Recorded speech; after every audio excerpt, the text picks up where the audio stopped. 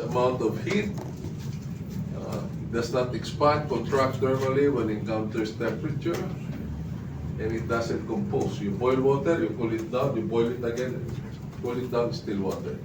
Doesn't break down. Okay? And then it's also called the universal solvent, primarily because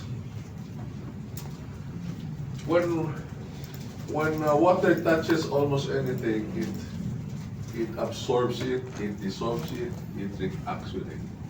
It's called the universal solvent. And it's a unique property of dissolving minerals, earth. That's why you have hard water, or it forms an emulsion, and it's called milk. So milk is just butter fat emulsified in water. There are basically three impurities in water: gas, solids, and air. No? Air, earth are solids, and then minerals. So the minerals are calcium, magnesium, sodium, etc. Silica, if you want to consider that, primarily because it's called the universal solvent. So it dissolves these minerals into the water. And we have air, carbon dioxide, and oxygen. That's why fish is able to live in water, because fish gets oxygen from the water. That's called the dissolved oxygen. Okay. So if you remove the oxygen in the water, that is a phenomenon called fish kill. So kung sa Laguna de Bay there's a fish kill, it just means the dissolved oxygen has been depleted. And of course clay, sand, silt. When you see flood water, it's usually contaminated with a lot of silt and soil. Hydrologic cycle. So this is how it works. No? Water from oceans and rivers and lakes evaporate into the atmosphere, and that's called humidity. It's called humidity. So when there's a lot of water in the air, it feels humid, it feels sticky. When your partner holds your hand, it's not very pleasant. When you enter an air-conditioned room, the air becomes dry. Why? Because it's cool, the water condenses. That's why your aircon at home has water dripping at the back, because it removes the humidity. So your skin now tends to dry, like right now we're in condition. You know, your skin is relatively drier than when you're outside. So that's called humidity. When that precipitates, that forms clouds, and that precipitates, becomes heavy, it becomes rain. When it rains, it goes to the soil, and then the runoff water goes to the river, ocean, and that the water that seeps through the ground becomes groundwater. And in that process, it dissolves a lot of minerals in the ground, in the soil. So that becomes your minerals in the water. That becomes makes your water hard. We'll talk more about that later. So this is how the hydrologic cycle works. So if you have surface water is water from lakes, dams, rivers, ocean, while groundwater is basically deep well water. Now let's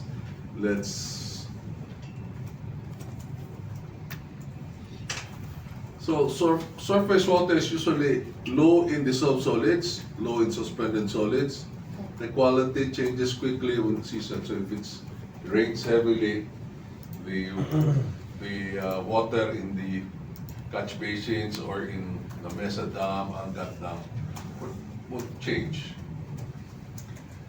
And the groundwater basically is very consistent. However, there are a lot of impurities in groundwater, primarily because as water seeps through the earth, it is a universal solvent. It dissolves a lot of minerals in the ground, and it ends up in your aquifer, and you extract it via through a pump, through a deep well.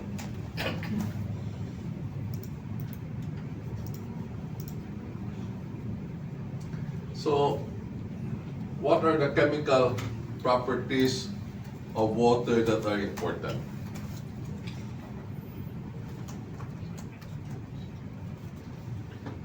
Just a few. There are a lot, no? There are a few. Conductivity, hardness, alkalinity, pH.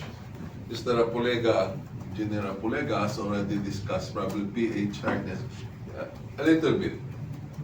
And I'll add conductivity. So let's discuss that. What is conductivity?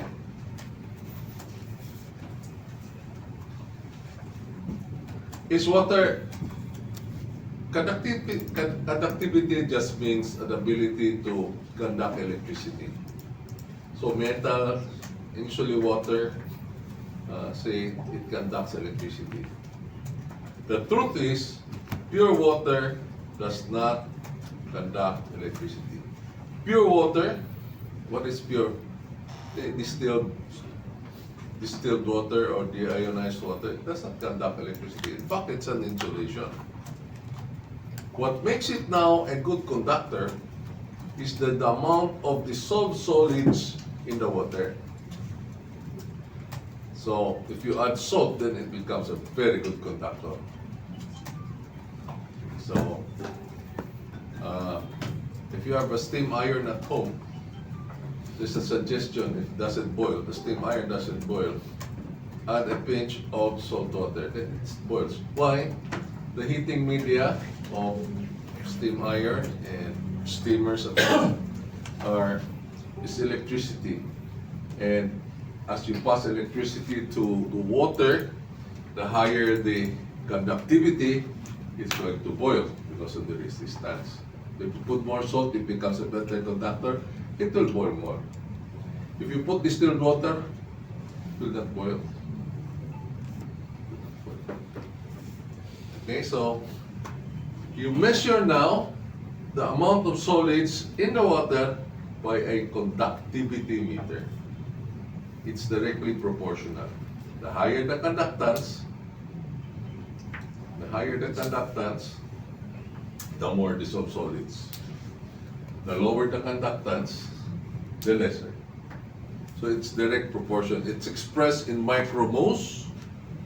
I'm not going to deal with that so much. You might hear this, micromoles, or expressed in microsiemens. We do also high purity water. So when we do high purity water, we don't anymore measure it by conductivity because there's no conductivity. What you measure now is resistivity. It's the reverse of conductivity. So how it resists flow of electricity. Just a trivia that I want to share with you. What is hardness? This is a hard surface, nothing to do with that. Hardness is nothing but the calcium and magnesium in the water. So the higher the calcium and magnesium content, the harder the water. So when you have a total calcium and magnesium, it's called total hardness. And then you can also test it by titration. If you can test it with, you get the total hardness, and then you test for calcium. Then you have calcium hardness. Magnesium is a relatively friendly mineral. It's really the calcium that makes it hard.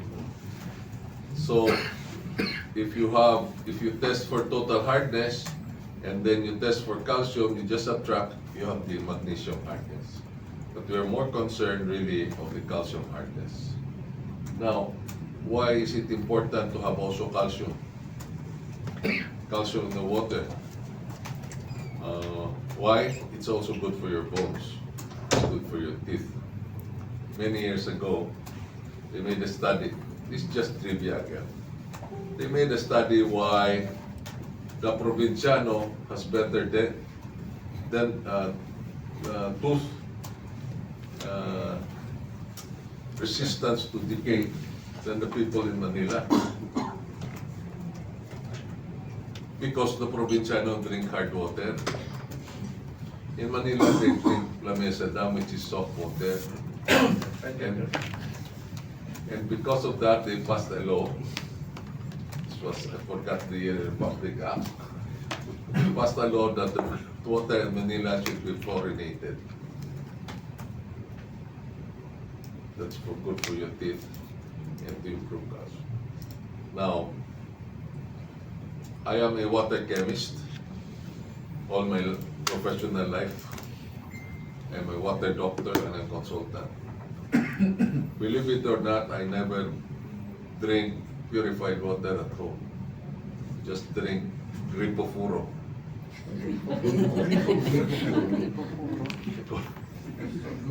Gripo puro. For the simple reason that it's better. I just filter it. I just buy filter from my friend there. I filter it through 1 micron and activated carbon filter. That's to remove the taste and to remove chlorine. That's it. And you don't get sick. I think we're better. And I'm a little bit younger than Mr. Apolega, but look at my teeth. Okay? So,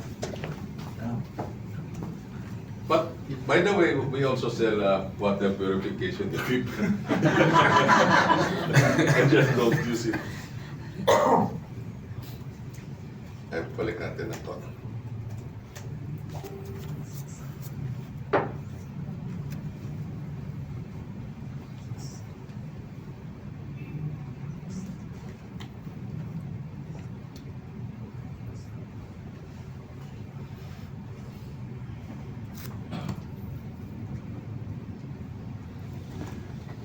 Okay, alkalinity. Mr. Parker made mention of pH and acidity and alkalinity. So, may whiteboard.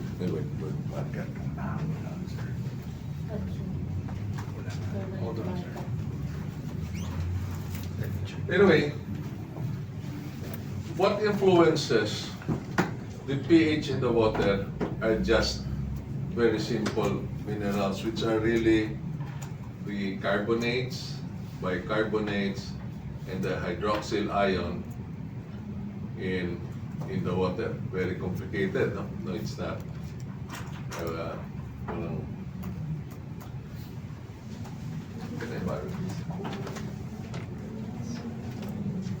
Ayan.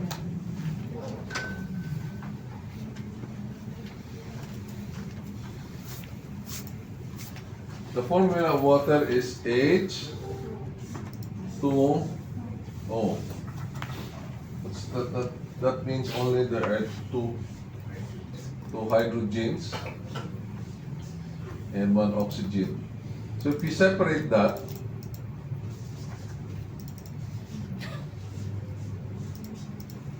separate the water, this becomes acidic. This becomes alkali.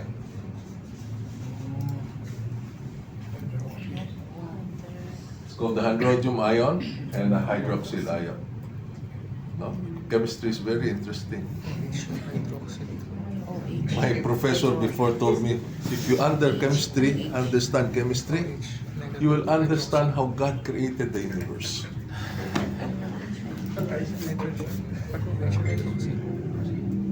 So, we'll dive to this later in more detail. So, simple lang yan. It's 2-hydrogen and there's also there's also a mention about pH and why is it important in laundry, water chemistry. It's because pH is just a scale of whether it is acidic or alkali. Just to make you appreciate the why it's called phenolphthalein alkalinity and all that, why you have to spray the phenolphthalein indicator on laundry and say whether it's alkali or not. It's very simple, I hope. So your pH scale is from 0 to 14, 7 being neutral. Okay. If you start at 14, a pH here, indicators, yung spray is called an indicator. It only indicates what is the end point. Kaya indicator. There are two types of indicator. Methyl orange and phenolphthalein indicator.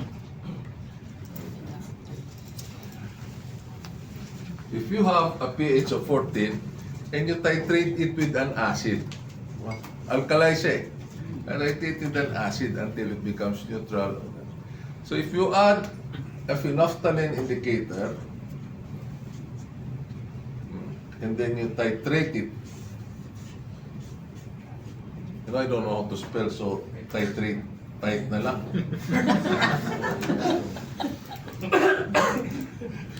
Yeah, I was born dyslexic. I hope I'm going, and I grew up dyslexic. Up to now, I'm still dyslexic. And when I was a little boy, dyslexia was not yet coined or invented. I was just called a slow learner.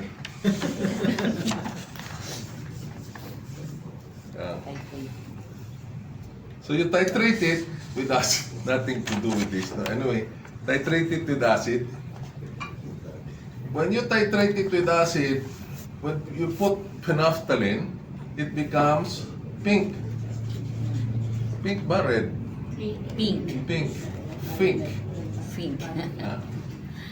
Titrate it with acid. When you reach 8.1 to 8.3, the solution becomes colorless. That is called the end point. Why is that important? Don't wash here, you wash there. Why? You end up with laundry that's very itchy. Yeah. So, that is now your phenolphthalein endpoint or your P alkalinity. You add now another indicator, methyl orange. Hindi, methyl na lang yan. It's called M alkalinity. It's called M alkalinity. You further, it becomes now orange. Kaya methyl orange becomes orange. You titrate it further with acid. Pag 7, neutral, it will still be orange. Why the endpoint of methyl orange is 4.2 to 4.4. Okay, so when it reaches that, that's the endpoint of methyl orange. Below that is what we call free mineral alkalinity. Yeah, I am a chemical engineer, but they don't teach this in chemical engineering. You ask any graduate from chemical engineer just about that, Google it. Yeah, Google it. During our time, there was no Google. So, you have to learn it the hard way. Encyclopedia, sir. Wala yan. Dati, our time. Britannica, no? And Ang vocabularies. years. Dati kasi yun yung in in your houses, if you have an encyclopedia, it means you have arrived. Yeah. Yeah. Okay, now let's go back to this. We'll talk about that later over here. So, alkalinity, scale deposition.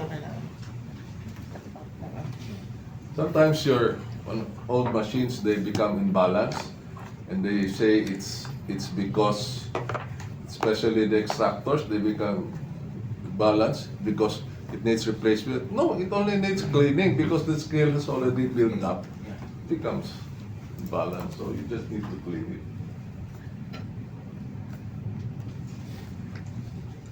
Okay, I already explained the neutral. Actually, 7 is just a layman's term for saying it's neutral pH. But actually, it's when you talk of alkalinity, the most important pH is 8.123 and 4.223.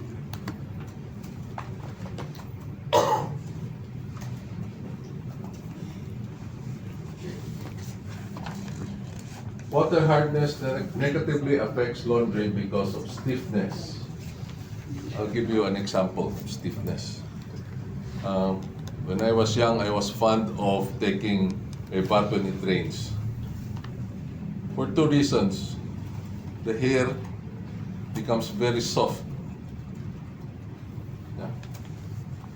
When you take a bath in the rain, as compared to Bacolod. I grew up in Bacolod, and I have a townmate here who spent his childhood in Bacolod. So, you know, your hair becomes very stiff when you use hard water, because hard water yung where we stayed, we had a deep well and it was hard water. When you take a bath in the rain, it becomes very soft. Why? Because there's no hardness. There's no hardness. And then, same thing with laundry. If you have hardness, it becomes stiff. There are a lot of mineral impurities embedded in the fabric that makes it stiff. So decolorization reduces cleaning power. Soap scum. Soap scum. It's actually in chemistry you call it precipitate. In layman we use it. Use the word soap scum. Then mineral buildup. You have fabric damage because you need a lot of mechanical action to clean. So the fabric is subjected to more mechanical stress. So the life of the fabric, especially the cotton, is shortened. White gray stains.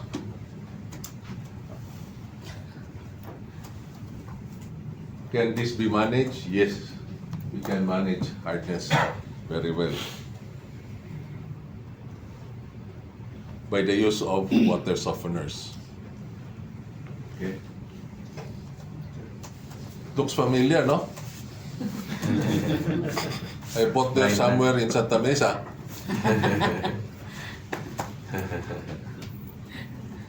Nice, nice. Okay. So that is an installation of a water softener for laundry. So that has a capacity of, ano ba capacity niyan? 80 liters man, tsaka 10 by 54. That's Brine tank, FRP tank. 13 yan. 54 inch. 13, 13 by 54. Brine tank, 80 liters brine tank. Oh, but the capacity siguro is 2 cubic meters per hour. About 2 cubic meters per hour. Okay. Now you say, but we consume more than that in the laundry. Huh? What you do, you put up a storage tank. You can also buy it in Santa Mesa. So that kung ito, libre na ito na. Sa lagay ba, ganyan na lang. Ano? Store it. So when you're not operating your laundry, you have storage. You don't need a big softener. In technical terms, because a consultant wants to make it more high-tech. It's called your demand curve. You draft your demand curve. So your demand becomes higher when you're using the machine, and it becomes lower when you don't use the machine. So it's your demand curve. So you have a small softener that will supply. Why? You put up a storage tank. So while it runs continuously, you fill up the tank. When you have a high demand while you're washing, then you draw from the tank. So when you size your softener, you don't have to size it because your demand is this much. You just invest on a tank, so you can have a small one, fill it all the time. So when you draw water, it's enough. That's why you pay a consultant. Di ba? Yes, yes. Okay. So how soft is soft and how hard is hard? There must have to be some measure. A hardness is measured by in terms of ppm as calcium carbonate. ppm expressed in calcium carbonate. Okay? All of these minerals, magnesium, are all expressed in calcium carbonate. In chemistry, parang the example you use is you have apples, chico, and bananas. You cannot express that apples, it's complicated. But if you use kilograms, then you can say 30 kilos of fruits. When you mix that, it becomes fruit salad.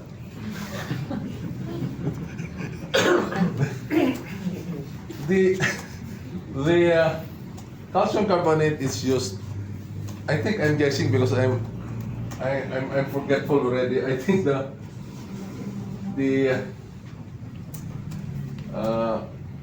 molecular weight of this is 100. Calcium is oxygen 16 times 3, carbon, and I think is 100. Let's ask Sir Robinson. I think it's 100. That's why it's a common denominator. You express it always in calcium carbonate. Okay, so this one are values in parts per million as calcium carbonate. What is parts per million? It just means milligrams per liter.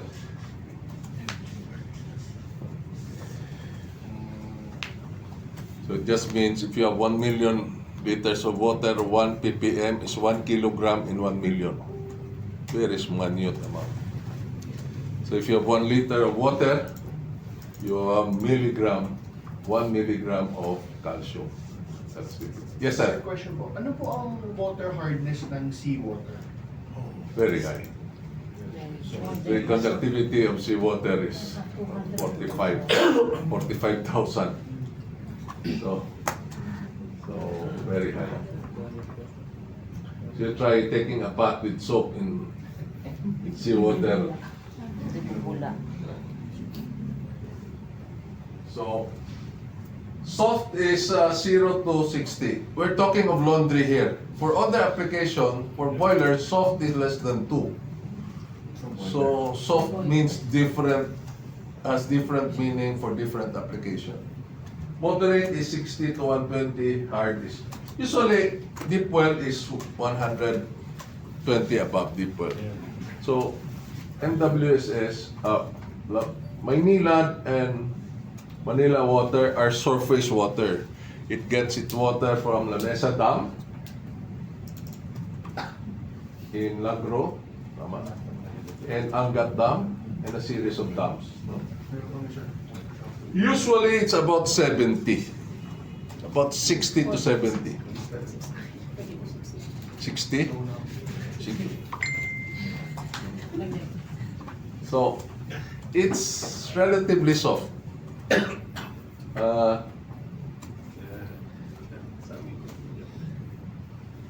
Many years ago, I was talking to a quality control chemist from one of the detergent companies. He told me that the detergents they sell in Manila and in Cebu and the provinces, the formulation is different. Sabi ko, how different is it? We add a little phosphate for the detergents we ship to the province. Why? To soak, because it's hard water, you add phosphate to soften it. You cannot do that anymore. Yeah, do that anymore. So the detergents are different because it works better with the softening agent. And phosphate is a very good softening agent.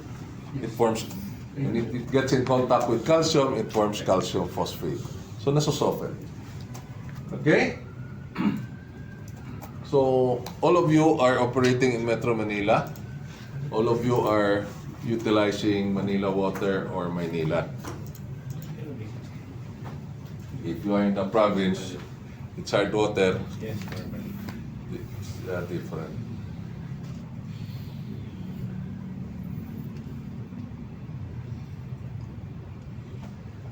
So you remove, if you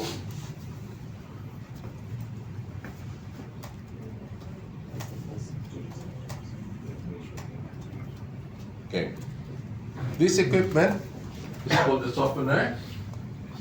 Inside the softener is what we call an ion exchange resin. So since it's designed to remove hardness, calcium, magnesium, in the olden times we call it a zeolite softener. Because zeolite is a natural occurring mineral that softens water. But now it's already synthetic. It's polystyrene that's used. Yeah, so this one is a resin bead. It's a resin bead. It's a polystyrene. Tama, no? Polystyrene. I have to ask the boss here if it's correct. Polystyrene. Beads, it's beads. So the calcium and magnesium is the resin bead, and it's called ion exchange because they will exchange. The calcium and magnesium will be absorbed by the resin bead, and sodium will be released. Sodium is a very friendly.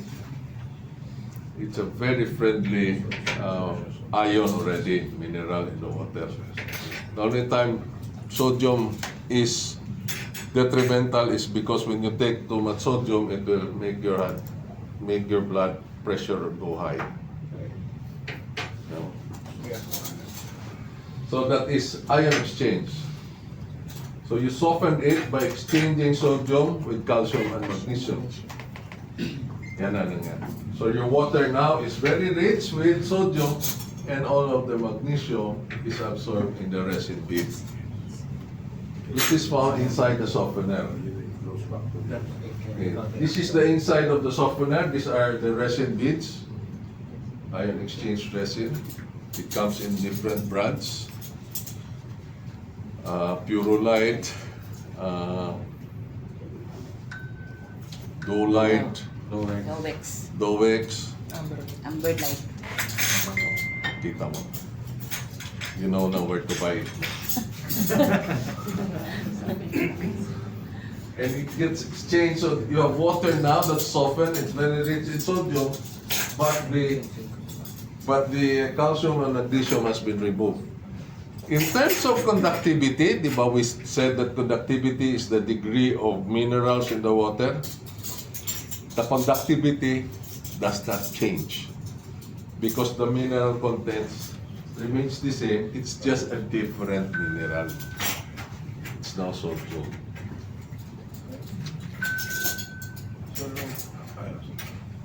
This one I downloaded sa internet.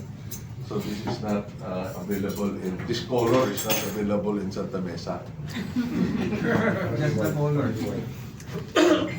So Dennis, I have a question. You mentioned that phosphate is no longer allowed because of the DNR new policy, right? Correct. And then is phosphate similar to silicose balls and anti-scalant? Yun ba yun? Yeah. Yeah, they're the same, right? The function is the same. Okay.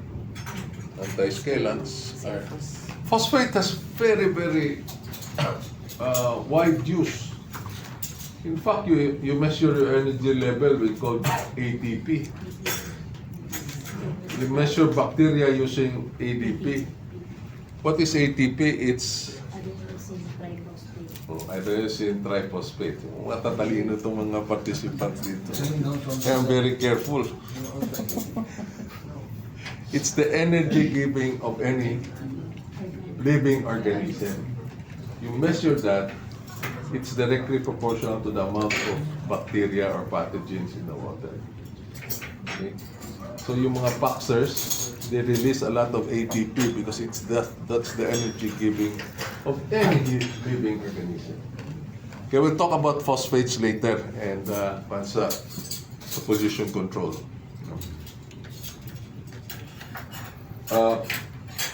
This basically is called the brine tank. You regenerate the softener. When it gets exhausted, puno na siya, yung resin bit puno na ng calcium. It's called exhausted na siya. It cannot absorb and exchange anymore. So regenerate it with salt, which is sodium chloride. You are only after the sodium in the sodium chloride. So you exchange it again, a process known as regeneration. So this is where you prepare the salt solution, the brine, to regenerate your softener. Well, this is automatic. You can do it manually. This one is manual.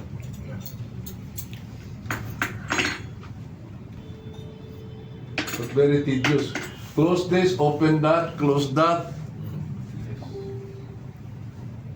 So, very tedious. But if you program it, okay, with, after so much volume of water, automatically it will just regenerate. The job of your operator is just to fill this with water and salt, and it will do just regenerate for itself. Pakain na naman.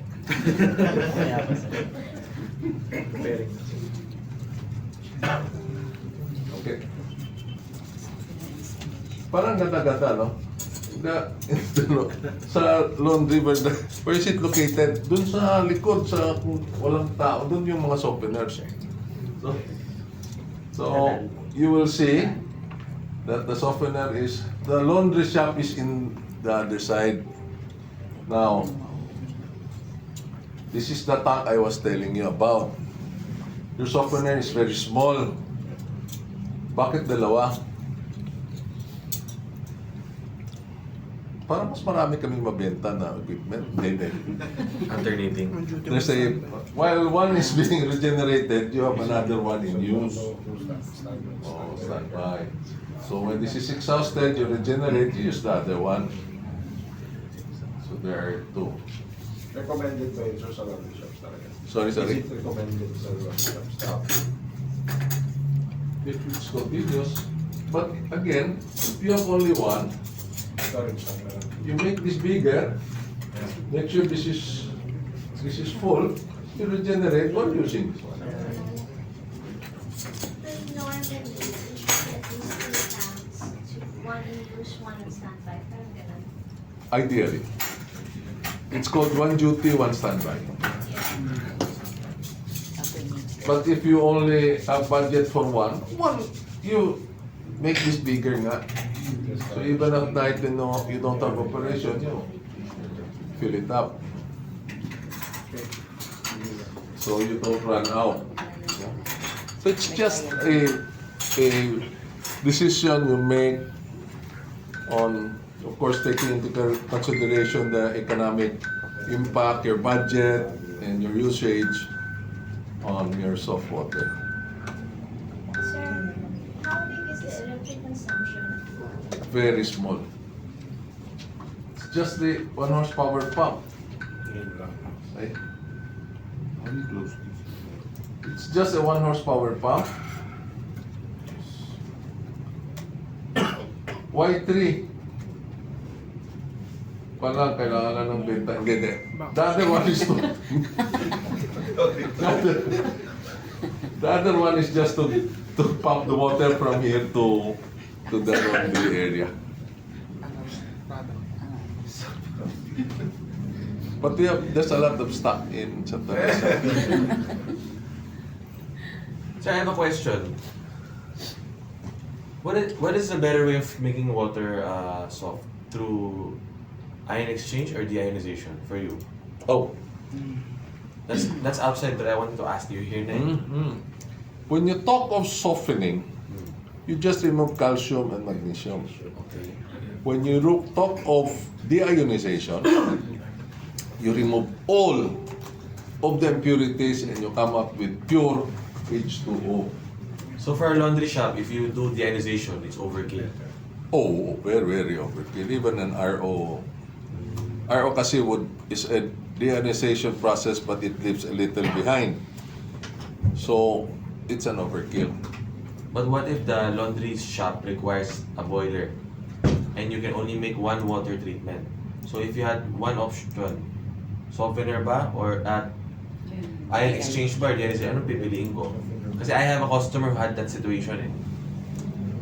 Yeah, he made me choose. So doon ako naghang. When I speak to consultants, nobody's giving a clear answer for a laundry shop that needs soft water but needs deionization for the boiler.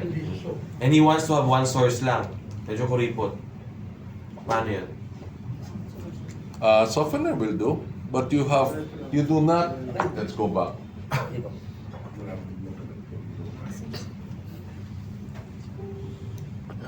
There. Okay. I mentioned that this is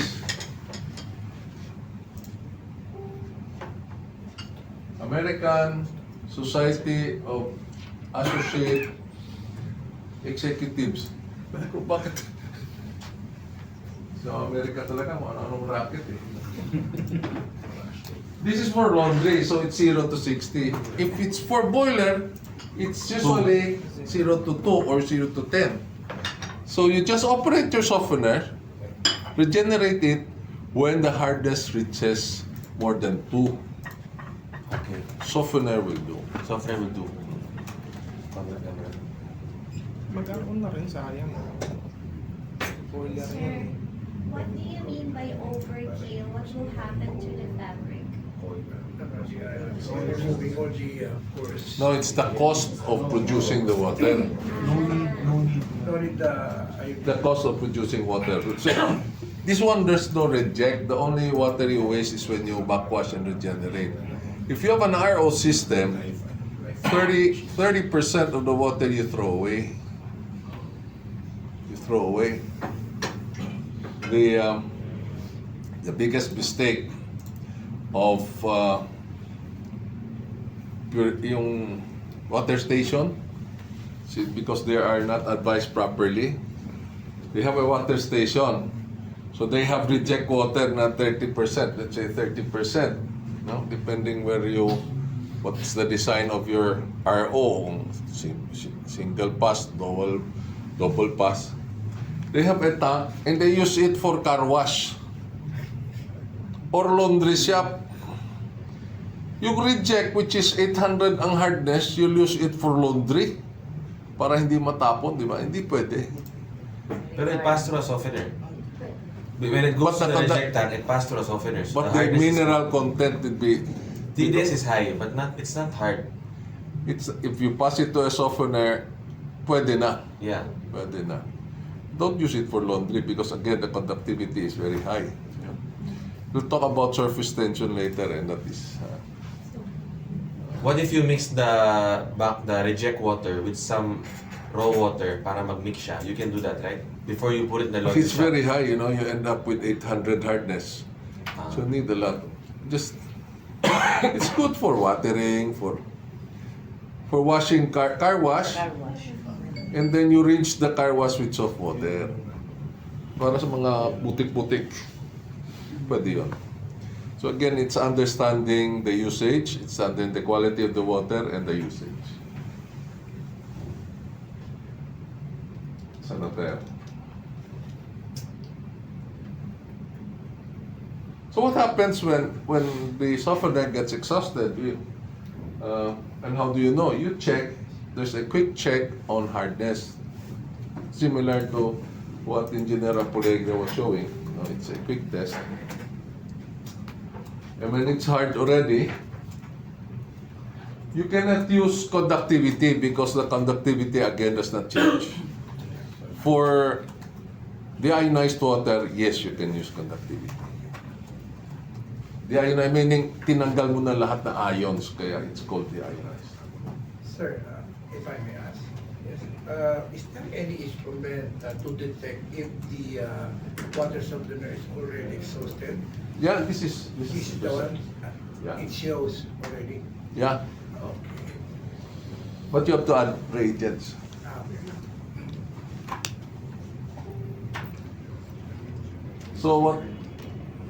Check your hardness. When it's already more than 60, you regenerate. Then check the amount of treated water between regeneration. Okay. The instrument on top of that softener measures the volume. So, since you already established that after, let's say, 2 hours of operation or 8 hours of operation, the water is already hard. So you program, it's so easy to program. 8 hours regenerate. It will regenerate by itself. So every 8 hours it will regenerate. Just make sure the operator puts salt and water on the brine tank.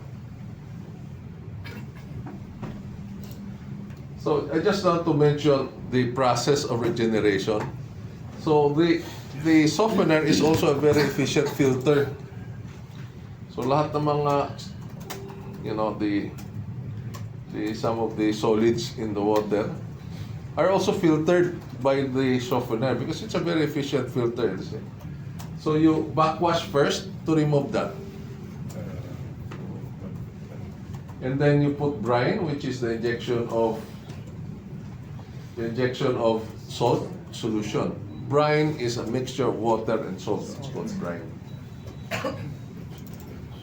And then you slow rinse anlawan because to remove the excess salt.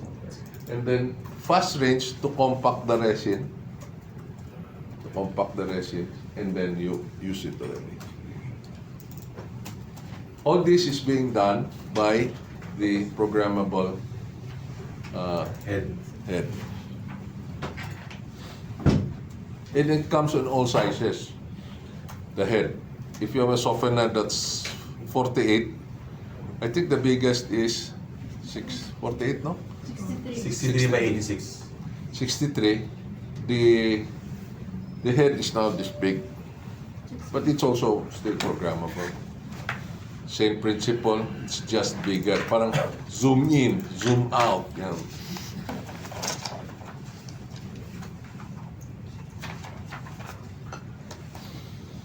There's another thing that we completely forget sometimes. It's iron in the water. It's iron in the water. So iron stains. It becomes yellowish, red, and brown. And then stiffness. And then fading. Why you need a lot of action to do that? This mention about blood stain. Blood stain. How do we remove blood stain? I'll make excuses lang to the ladies around. No? They experience this on a monthly basis. No? Do not use Clorox to remove blood stains. Why you? I think, Palega mentioned, you fix the blood if you use. Because blood contains a lot of iron. When you put chlorine, will form perchloride, which is colored red.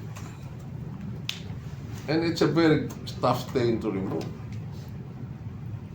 So just, it's best to rinse it with warm water to remove the stain.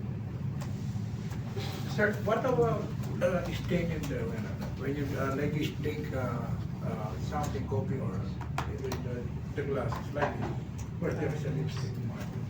What is the best way to remove that? Lipstick mark from Yeah. glasswares. Yeah, and some Your dishwashing machine. Ano, dishwashing na tayo. Usually, lipstick are petroleum based. Okay, so an elevated temperature will handle that. You can also source that from where. Collar. Lipstick on collar. Delikado yun, mapapalo ka ng walis doon pag uwi na.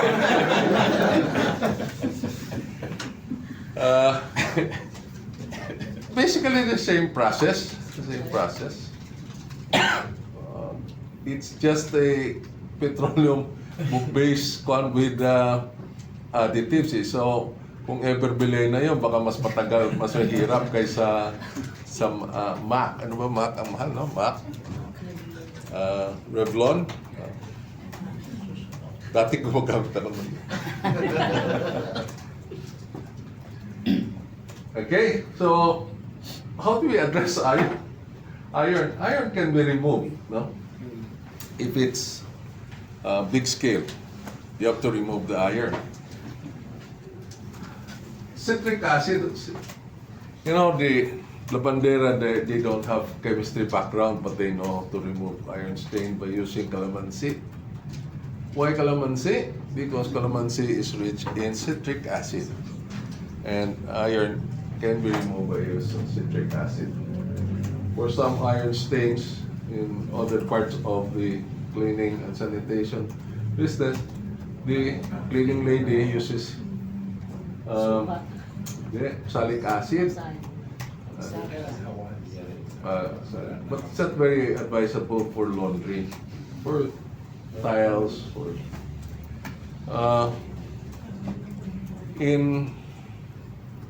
in Quezon, Laguna area, very high in iron. So the tiles, after a while, are all red.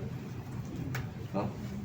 In Cebu also, before. Now kasi Cebu is a mixture of desalinated water and RO. So hindi na maintindihan yung water sa Cebu. Because it's impossible to get fresh water already from the ground. But anyway, it's all red. And one time they were asking me what to use. I said, use rust converter. Rust converter we use for sa mga shipyards, mga bakal, rust converter. Why? It will not remove the iron there. It will just change its color. Since it's iron oxide, you put rust converter, it will phosphatize the iron, it becomes white. So white na. Malinis na tingnan. Ha? So that's a blend of phosphoric acid and surfactants. It's all before painting in the metal preparation industry, you use that as surface preparation. Nothing to do with laundry, but it can be used also for laundry. There would be removal of iron from source. Okay. So if you come from, you're familiar of the towns in the provinces where deep well is used, this is what we, grabe talagang iron there. No? Yeah. This is a design for a small water district with a capacity of 6 to 10 MLD on how to remove iron. So you have this is done by superchlorination. So the deep well, you inject a lot of chlorine so that you convert the chlorine to ferric chloride, which is a precipitate. And then you let it react for about 30 minutes in a tank para complete yung reaction. And then you let it pass it through pass it through filters. The best would be activated glass filter, and you can also source it anywhere. No? Ganda. Ganda na design. EFM. This is a activated glass filters are the best filters. Why? It has a very long life. It's bacteria static, meaning it kills bacteria. It's also doesn't fall very easily. It's very easy to backwash. No channeling. No channeling, as contrast to if you use anthracite or sand, white sand. There are two things, bacteriostatic and bactericidal. Bacteriostatic is just prevent bacteria from growing. Bactericidal is to kill the bacteria. This one is bacteriostatic. It prevents bacteria to come in. Bigger surface area. You know na where to consult. Diba? Pwede naman doon, no? Maraming stocks. So this is, I hope, in the provinces, the mom and pop, kawawa yung mga mom and pop operators because they don't have a choice. The water they get is very high in iron. So I talked to the water districts. The water districts, they don't have funding. They have to get its funding from LUA, and LUA will finance them in the long term. So it's really dependent on availability of funds from LUA. Yes, sir. Sir, which water district has the best quality in the Philippines? Manila. Maynila, you mean? Maynila and Manila water. Why? It's surface water. And how about Davao, sir? Davao I Mestizo. think, is it correct, sir? Am I correct to say that Davao has the best water source in the Philippines? In treatment. I think Davao is Mestizo. The surface water and deep well. Okay. Okay. You know what's the best water? In boundary of Valenzuela and Quezon City.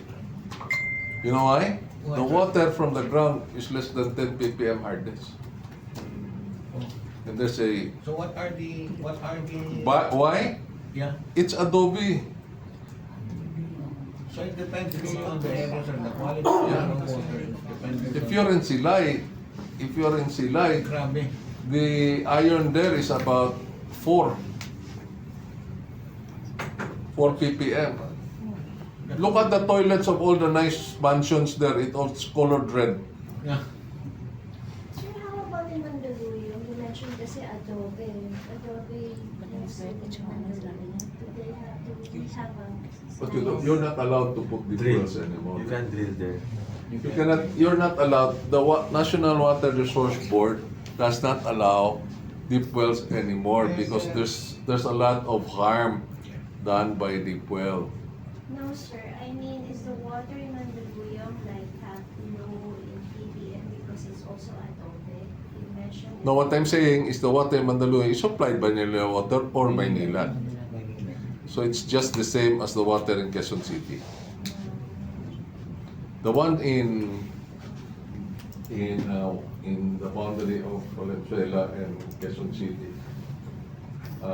that government I think does not know about it. Is is treatment required really, sir? Not only for laundry but also for drinking. It's more expensive than gasoline, eh? If you take Yeah, a look at it. I made mention a while ago, maybe you were walking in the door when I Because mentioned. yeah. No? I've been in the water business for more than 40 years, and we don't buy purified water. But in Bacolod, I buy. But yeah. here, I don't. Because I just don't believe in drinking purified water in Manila. The water in the faucet, the Gripofuro, is better because it's fluorinated. And it's also has I read that calcium. earlier, sir. It's a law. That It's it a- has to be. That it has to be fluorinated. Okay. That's why Colgate came up with toothpaste that has fluoride. Fluoride. Fluoride. Now the best set of teeth in the whole US at saka pinaka-sexy ng mga Amerikana. You know where? Texas. They don't have fluoride in their water. They have natural fluoride in their water and it is What's the connection with being sexy? because they're Texan lang. They're blonde. They're just sexy, period.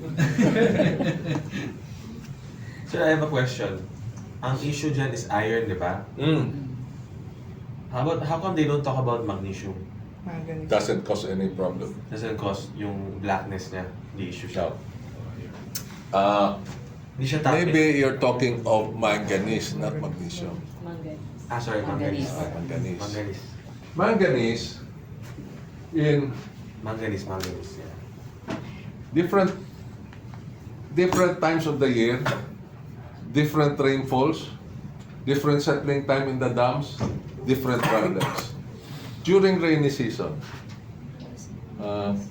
I've been, in my previous employment, I supplied a lot of chemicals to Maynila Water, and even before that time it was MWSS.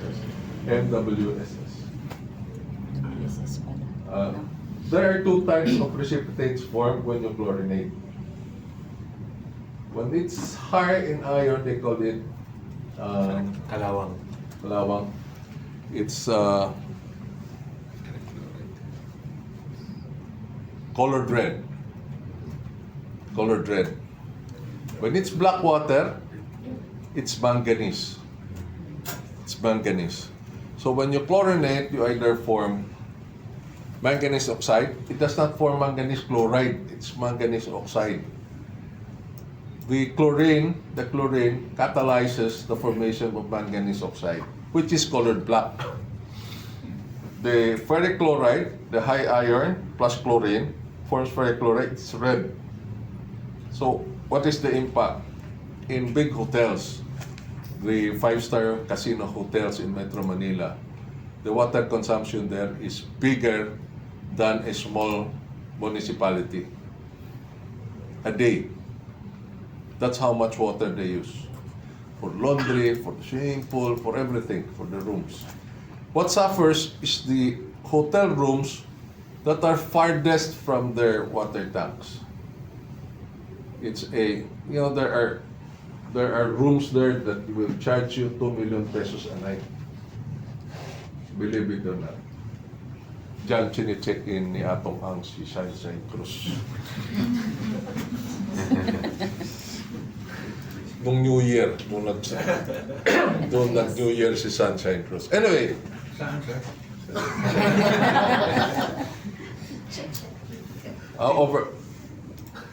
while watching the sunset in Manila Bay. Who was with her? Hindi ko na alam. I know. Anyway, that's the farthest ever. When you open the faucet, since bihira na occupying room na yon. When you open the faucet, pula yung lumalabas, 2 million a day, pula yung tubig. So there's also a treatment program for that, which is phosphate. Sinisikreto na lang yun. Kasi you end up with phosphate in the... But the volume is such huge amount that additional little phosphate does not really affect the water quality at all. Okay? So, ganon, no? So, those are the inherent problems of water management. That's why there are water treatment companies.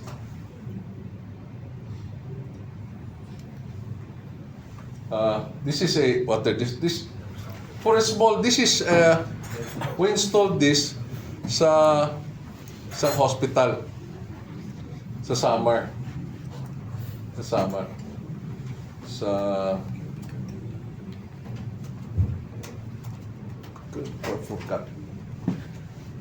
Katarman. Katarman. So the consumption is only about 10 to 12 cubic meters per day. So deep well, we installed a same setup, it's just smaller. Yeah. They also use this for their laundry. They have in-premise laundry. They also use this. Yan lang, simple. You super chlorinate it and then you store it for you to have enough time to react with the chlorine, and then you filter it. Activated glass media, and then there's an overhead storage tank. This very simple setup. Aqua Prime ko ata binili ito. Okay? Question so far on before we leave the topic on impurities in the water? There being none, the motion is carried, no?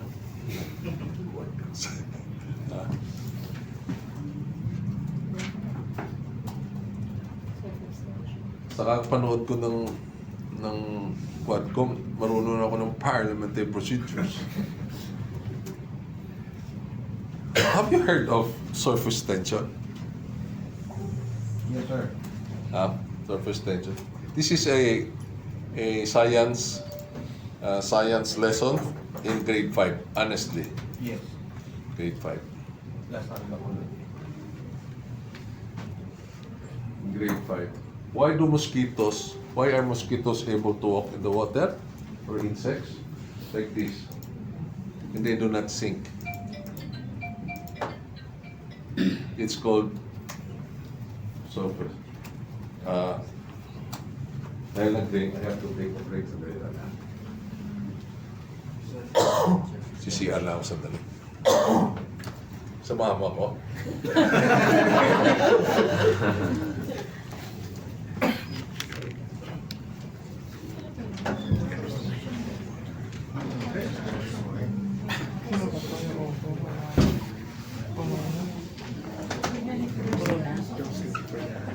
There's no cure for that.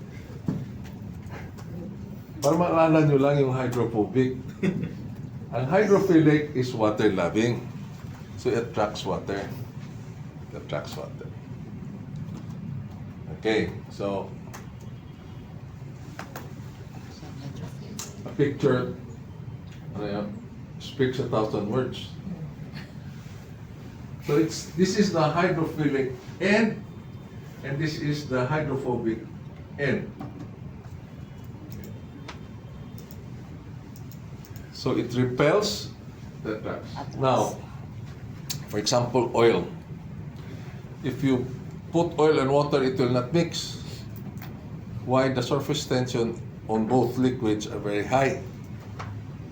You put a detergent, it will now mix. The surfactant will break that surface tension. You talked also about soap. Kanina, soap is nothing but an oil and an alkali.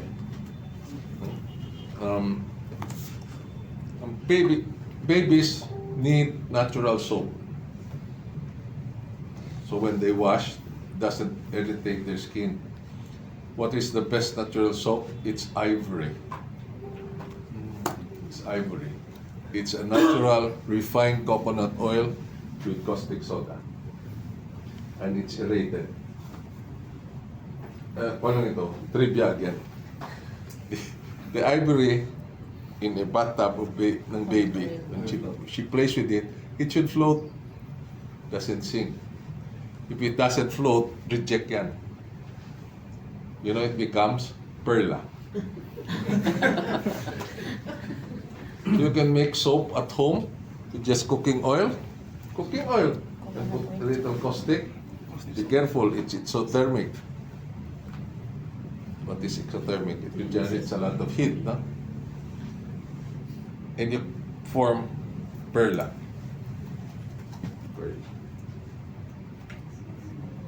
You want to know also how they discovered soap? Wala mang caustic plant before. No?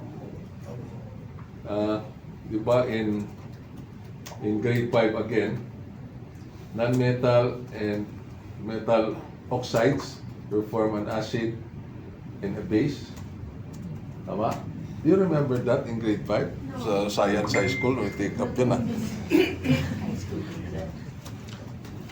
So, they found out accidentally that if you have abo and you put water in it and you mix coconut oil with it, it forms a soap. That's how soap was discovered. During the Japanese time, that's how also they made soap.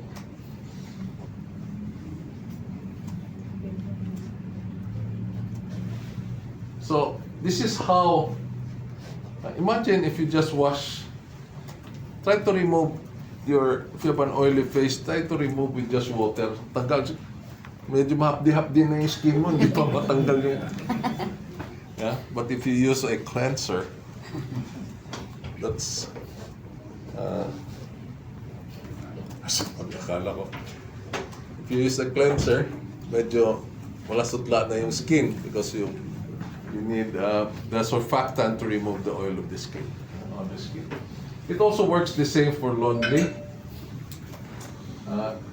The detergent, this is the soil. And then you have now the surfactant surrounds the soil. And then you have the hydrophobic and hydrophilic end attracting each other. And then the soil is lifted. And then the surface is clean, the soil now is in the water. Where does alkalinity play a role? No? Alkalinity. Ibig sabihin, initials, I think usually you reach may pre-wash muna, no? And then you add the alkali. What the alkali also not only attacks the dirt, it makes the cotton fabric swell by just the charges in it. I'll just share with you the similarity between your hair and the fabric. Fabric softeners and hair conditioners are about the same, believe it or not. Just don't use the fabric for softener for baka mga tika, but how it works is the same. It increases the charges in your hair, so it repels. It doesn't stick together, it repels. So buhagan siya. So that's why it's called ions, because it's charged particles. Ions. Now, fabric softeners work the same. The problem with fabric softeners, it was bastardized already. When fabric softeners were introduced in the market, the advertisement was a baby gets a towel and sticks his face on the towel. Soft and fragrant. What happened was the demand became, fabric softener became only a pabango. It's never now advertised as a fabric softener. There's no baby anymore thinking it's a face on a towel that's soft. Not anymore. It's hindi amoy kulob, amoy, puro it talks about amoy. Nothing about how soft the fabric is. Another. Isang banlaw lang. Isang banlaw lang, okay na. The real truth is that kung dalawang banlaw, wala na yung amoy. Isang banlaw lang. You save on water, isang banlaw lang. But the real truth is that kung dalawa, yung amoy nababawasan. And people judge how the quality of a fabric softener by its staying power as a scent enhancer. Wrong. The job of a fabric softener is really to make it. What do you do when you take a bath? The first part of your body you wipe is usually your face. Why? Para makita mo yung other parts, hindi ko makakita. Yun lang yun. Hindi ka makakita.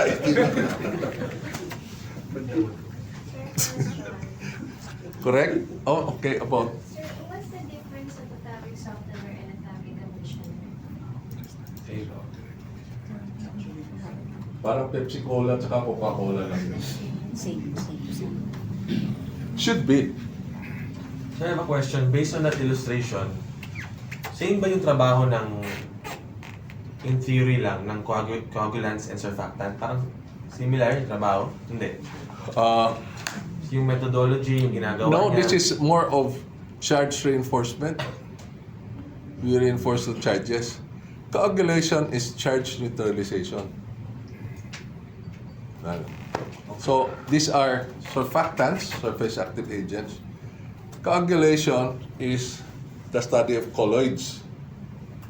Colloids are very stable impurities in the water. For example, again I'll mention butterfat and water. You mix it, it's a colloidal solution of butterfat in water. It's called milk. When you have surface water and you have a strong typhoon, you have murky water. It's brownish. Brown. That's a colloid of silt, of soil in water. It takes a while for it to settle. Why? The colloids are they are like this. Their charges repel each other. So it floats in the water kasi they repel each other. A coagulant will neutralize those charges. So they are now neutral. So they can group themselves together. It's bigger, it will settle. So it's charge neutralization becomes a coagulant. This one is more of charge reinforcement so that it disperses. Okay? So opposite. The chemistry is almost opposite. Okay? If you have questions, We can reserve it, sir. Later we have open Okay, discussion.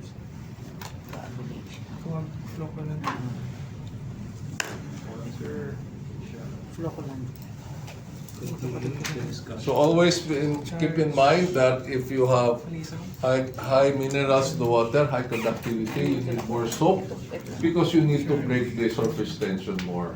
Disperse. If you have hard water, it will also require more soap to precipitate the calcium.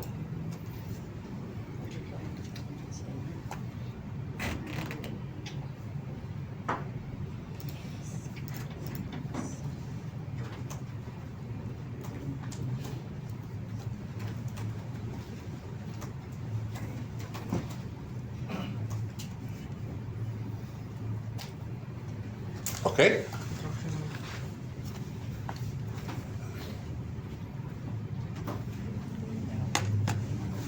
So let's talk about wastewater treatment. Why are we concerned of wastewater and wastewater treatment discharge? Because it's a law. Concerning environment. This is the Department Administrative Order 2016-08. Just means that it was signed in 2016 and it is Department Administrative Order number 8. And it states that it is the quality guidelines and general effluent standards for 2016. What happened? What happens when it becomes a law and the IRR is done, is the IRR is implementing rules and regulation. You have a 5-year transition period, and it becomes very effective 5 years after. So it became effective in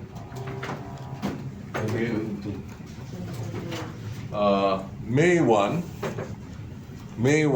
2021. This is a very stringent guideline. Very stringent.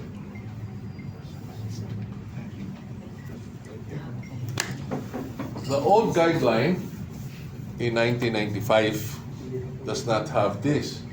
Does not have, I'll show it later.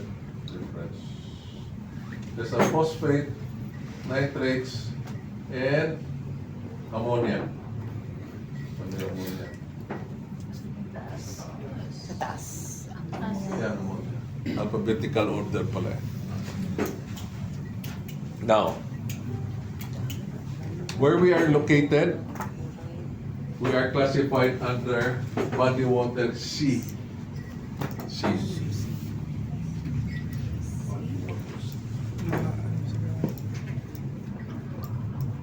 C is fishery, water for propagation and growth of fish and other aquatic resources. Recreational water, meaning for boating, fishing, and similar activities, agriculture, irrigation, and livestock. It's not for swimming. So you are not allowed, it's not recommended to go swimming in Laguna Bay. Laguna de Bay. No? Together with this, they form the law also, another law, creating Laguna Lake Development Authority, LLDA, and empowering LLDA to be the head agency in monitoring all of the water, wastewater in the area of Metro Manila and some parts of Laguna and Rizal. Laguna Lake Development Authority. Using the DNR standards. The DNR has still jurisdiction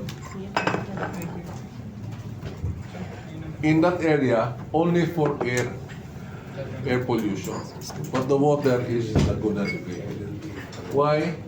Because Laguna de Bay, they foresaw that Laguna de Bay will become later on, or now, even now, a major freshwater source.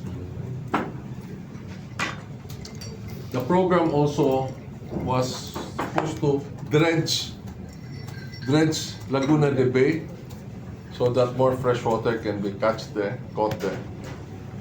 They estimated that if you drench Laguna de Bay, you can form another city because the silt is enough to I think a few hundred hectares of land will be recovered because of the silt. The bay, during the time of Jose Rizal, when Jose Rizal lost his sleepers in Laguna de Bay, wala na yung story na yun, na nahulog yung sleeper ni Jose Rizal sa Laguna de Bay. Tapos tinapon niya yung isa. Para kung sino makapulot, may pares.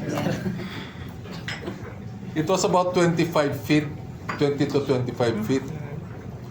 Now it's about 7 feet na lang and 9 feet. So that's the amount of silt in there. There were 36 species of fishes in Laguna de Bay then. So when I was new in Manila, I also always I spent a lot of time in Calamba. Yung ginatang biya at saka piniritong biya was my favorite breakfast. Calamba. Ngayon wala na, biyayang wala na lang. No? Wala nang mahuli. Janitor fish. So there are about 7 or 9 species na lang, including the janitor fish in Laguna. That's why the government is implementing this. Hopefully, the hope that we will bring back the eco balance in Laguna de Bay. At the far end of Laguna de Bay, at the foot of the, I think, Sierra Madre Range, the water is still very clean. And that supplies part of Metro Manila. There's already a pipeline from there. And it supplies also the water in Metro Manila. Malinis pa doon. Dito lang ang... Okay? So, Class C. And this is Class C. Yung 1990-35, ito yung parameters. No? Parameters. Many years after that, they have Republic Act 6969, which empowers the users to self-monitor. Yung SRM, self-monitoring. SMR. SMR, dyslexic na eh. Self-monitoring report. Self-monitoring report. Okay. Now, the Republic, the DAO 1990-35 focuses only on COD and BOD, that dissolve oxygen in the water. So what happened was all of the treatment plant design were all focused on just reducing BOD and COD. When they implemented these others, the original designs cannot anymore handle BOD and COD. Handle this phosphate, nitrogen, and ammonia.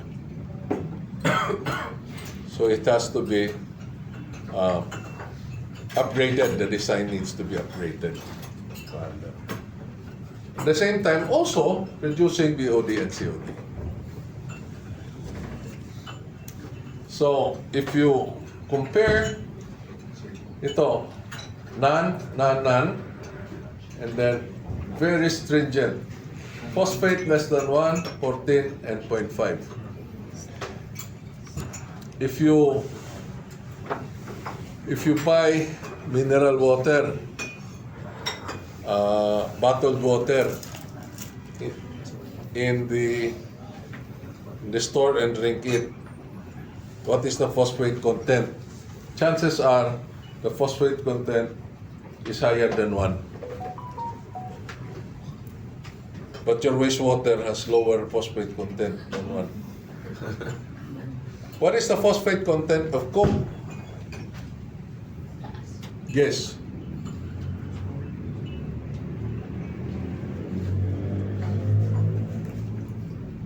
It's about 1,000 ppm. Wow. Maybe 500. What is the phosphate content of milk? Also maybe 800 ppm. Processed food, sausages, very high phosphate contents because it is used as a processing food. So it's very hard to manage phosphate and ammonia. Ammonia nitrates comes from proteins. So why are they concerned about that?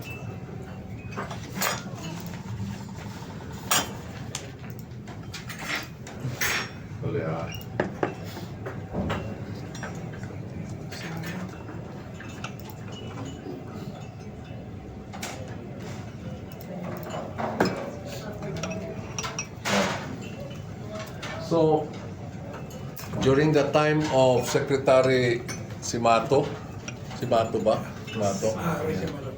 Yeah, during Digong type.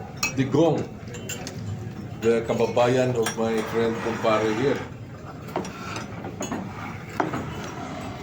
He knew nothing about running this country.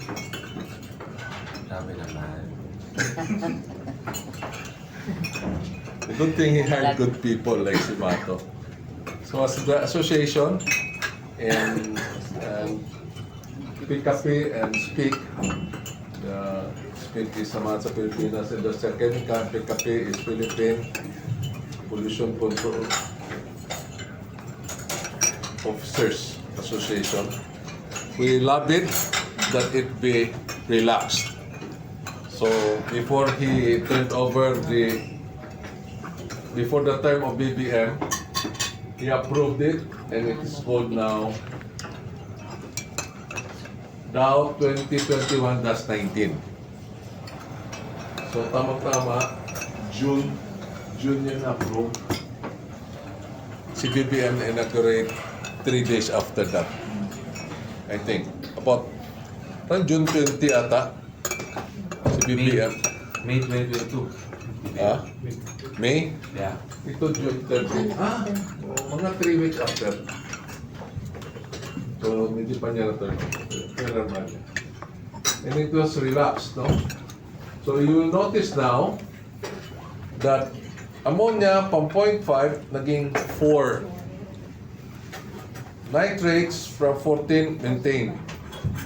And then phosphates from 1 to 4. Medyo manageable na.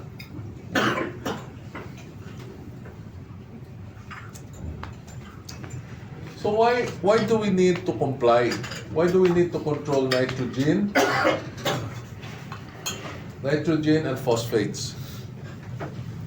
And why, idagdagan ko na, why you should insist that your detergents and chemicals used are phosphate free. Phosphate free. When this was not yet implemented, it's okay to put phosphate in your detergent as a softening agent. It's okay.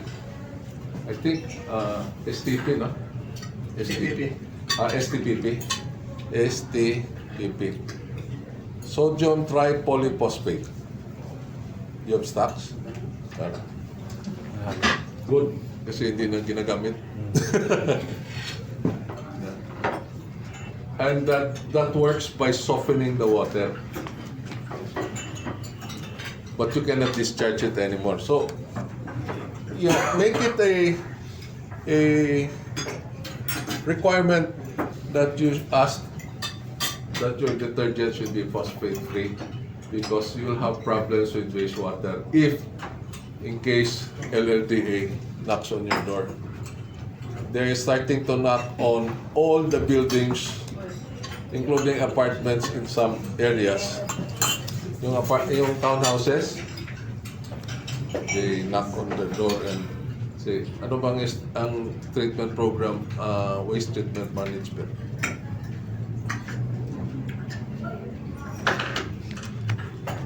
So why monitor phosphates? Because it's bad for the environment. So these are the available waste treatment facilities in history. The very first would be, of course, the septic tanks. The septic tanks. And then trickling filters, you have a series of mga stones and rocks. You pass the wastewater on the trickling filter. The biomass, the bacteria will live on those rocks.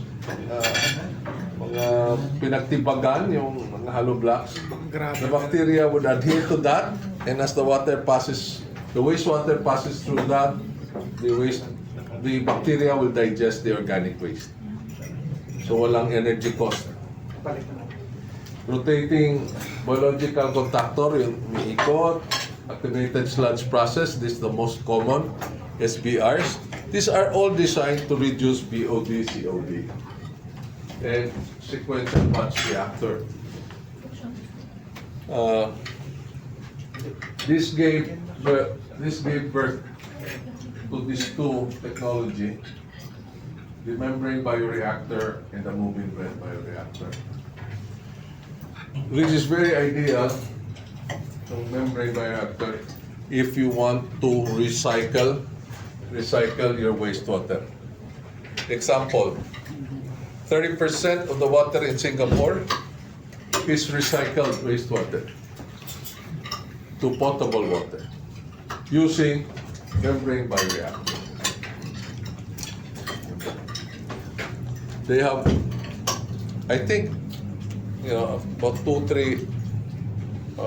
prior to pandemic, I heard that they are adding MBBR to further enhance and increase the capacity. So let's talk about that later, yung MBBR. There are experts in the room on MBBR.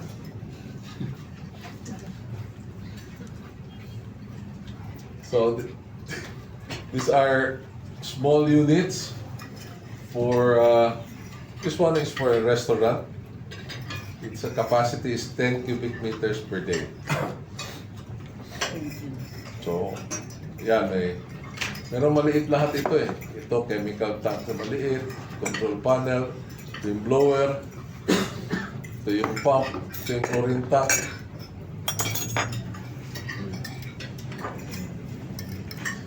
Locally fabricated.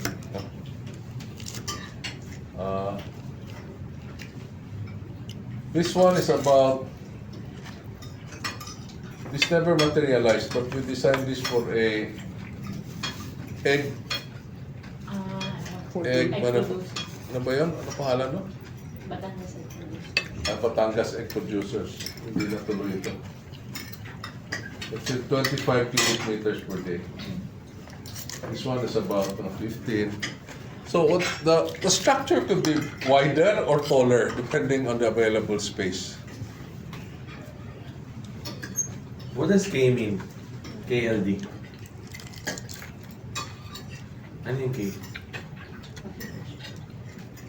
Kilos. Kilos? Diba M? Liters or kilo. Ah, okay. 1 kilo of water is also equivalent to 1 liter of water.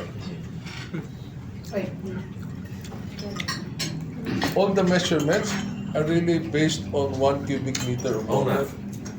One cubic centimeter of water, or 1 ml. 1 milliliter is 1 cc. 1 liter is also 1 kilo. Makes it easier. So, dali ha. These are pictures of mobile bed biofilm reactor. It's called biofilm reactor because what destroys the waste are also bacteria. The bacteria will use the waste for food, and they need also oxygen for respiration, so they can consume the food. So what makes this very efficient is the bacteria biomass forms inside this media, this MMPR media. So different designs, different configurations for different designs. The most popular will be this The PE05. PE05. PA05. Ito, physics na ito. 5 Yeah. Yung layman terms para dyan, when we explain this way, parang yung kondo ng bakterya. Correct. Diyan nakatira, parang condominium, Ateneo. Yeah. Diyan muna kayo matulog. Or columbari. Yes. Okay? Eutrophication. It's a Greek word from the eutrophos, well nourished. If you are familiar with, if you're a farmer, you will put a fertilizer which is usually triple 14. What does that mean? NPK lang yun. NP, nitrogen, potash, phosphorus and potash. Huh? NPK. 14% nitrogen, 14% phosphorus, 14% potash. Okay, complete fertilizer. Why? Because nitrogen and phosphorus are fertilizers. And they will cause, if you throw that to the body of water, it will cause algae bloom. In Laguna de Bay, it's water lily bloom. And also a lot of algae. Why is it detrimental? Yung lifespan ng algae is very short. It dies, it grows, it dies, and it's very dependent on sunlight. If there's no sunlight, algae will not bloom. But the Philippines, being a tropical country, has a lot of sunlight. So it blooms, and it dies, and blooms and dies. When it dies, it starts to decay. And the decaying process also requires oxygen, just like a waste treatment plant. So it depletes the water with oxygen. And that results to a fish kill. Marine life will die. Okay, now, water lily.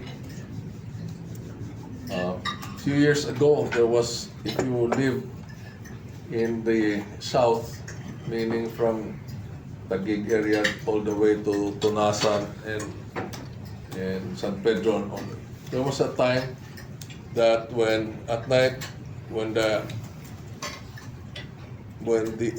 wind was flowing opposite direction, there was a very foul odor coming from Laguna de Bay. It was just water lily decaying. So that process of decaying also requires oxygen to decay. So that's why canned goods are preserved. Because there's no oxygen, there's no supply of oxygen, bacteria cannot grow.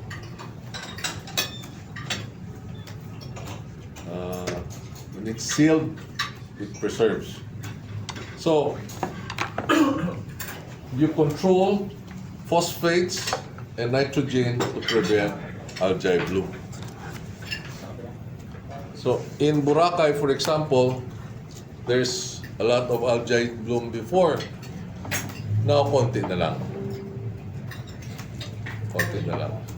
Because of, they have better waste management.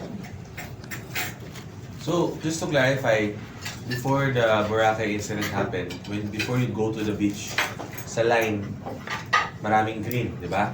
So that's algae. Because the hotels would throw all the waste straight to the, Which they never accepted. No? Yes. Yeah. So then they will form. Then in time, it will destroy the body of water. Yan ba yung It will not, analogy? yeah, of course, it will pollute. It'll suck all the oxygen, parang ganon. Then fish kill na. Not so much in the ocean because of the waves. It's very highly aerated. Okay. Very aerated. But the algae bloom, it makes it ugly. No, there's still algae, Minimal though. Oh, minimal, yeah. So what was the panic? It's so big naman, the shores. It'll just recycle naman. Why was there panic? What the problem was not only nitrogen phosphate there. The problem was all of the organic waste going to the ocean. Ah. A lot of waste. So how do you address nitrogen and ammonia? It's a process known as denitrification, wherein microbes attack nitrates and convert it to nitrites. The bacteria is called nitrobacter. So very specific bacteria will grow in very specific conditions. So the waste treatment plant should be designed that in that tank, the conditions will be appropriate for Nitrobacter to grow. Pinukulan yan eh. I like, gusto ko yung ano eh. Yung inspiration mo, maganda. Masyadong simple eh. May bayad din next time, ha? Kasi, mas madali explain sa mga non-technical. Okay, then, so,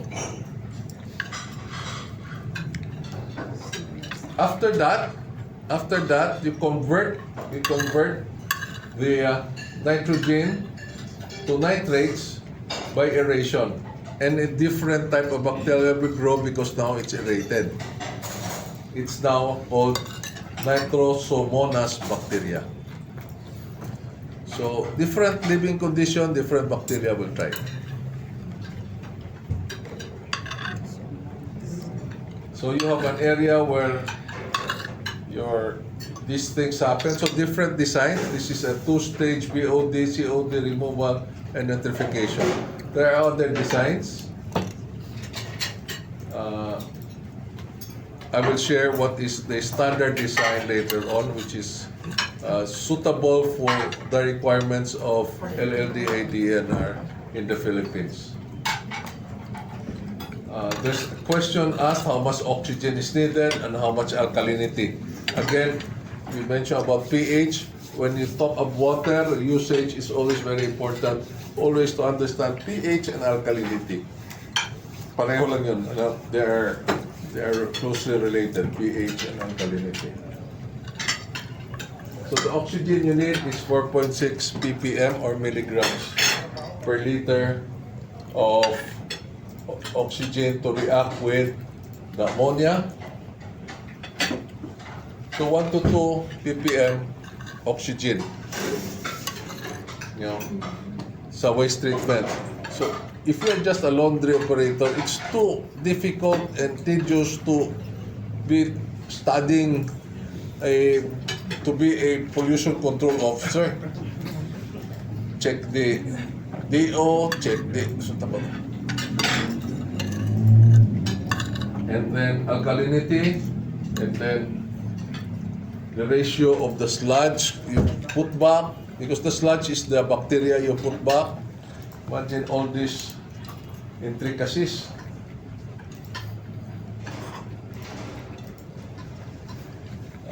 This slide I prepared for the PKP, kaya I made it more complicated.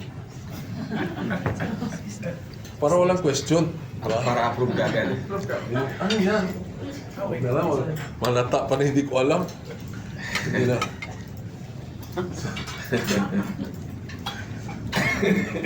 So this is just the nitrification, denitrification process flow. Para walang tanong eh. Yan o, ito yung nitrification, yan, yung release eventually.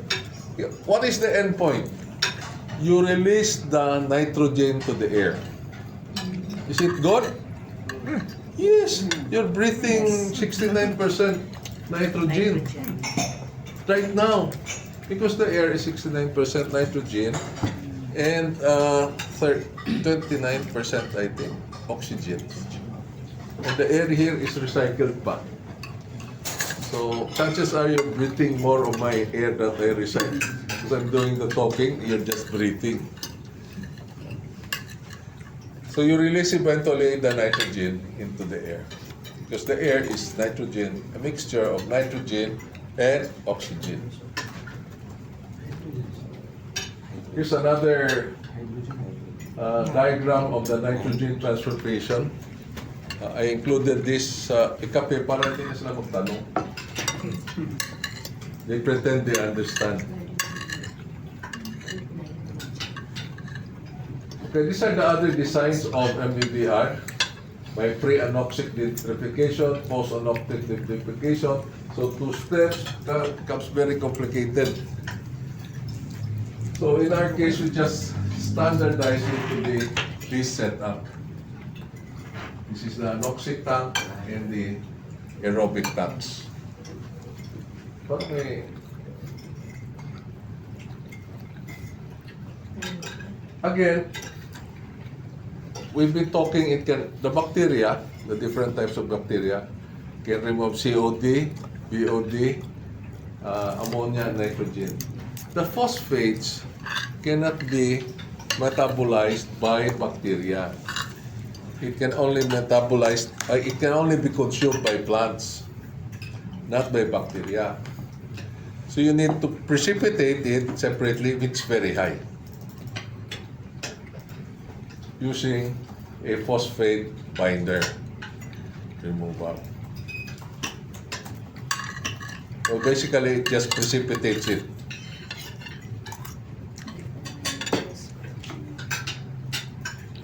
How does phosphate binder work?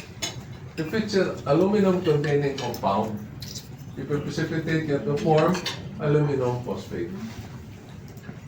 If it's Aluminum chloride. if it's a iron perichloride containing compound, it will precipitate as ferrophosphate precipitate.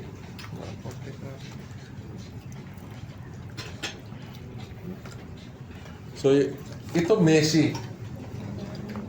Cheapest perichloride. Very messy. So ayaw gamitin. I only visited one plant in the whole Philippines. At two pala. Using perichloride. One in Bataan and one in Tacorong, South Cotabato. Don't go there. May barilan lagi. It's in the middle of nowhere. There's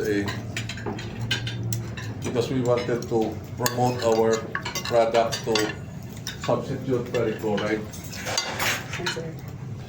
It's a piggery that's about siguro 40 hectares na piggery. Walang nagtanakaw doon ng Muslim kasi hindi naman sila kumain ng baboy. They consume like 3 cubic meters perchloride a day. The waste treatment plant, the digester, generates enough methane to generate parang 2 megawatts of power a day. Ganun kalaki.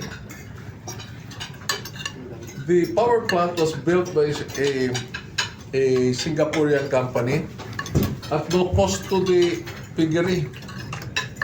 They just sold the power. They recovered the cost of their investment by selling the power to MPC. Galing. Wow. Pero nobody talks about it, no? Nobody.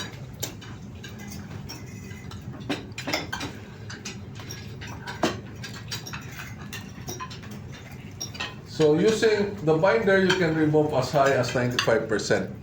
Again, there's a question of cost. Because may kamahalan itong binder. If you remove 90%, you have to put 2.3 for every ppm of phosphate. So mahal na. For iron, for the chloride, it's 1:1. So it's very cheap. But it's very messy. Everything is colored red. So ang ginawa nila dun sa planta, pati yung iba, they just painted it with red na lang.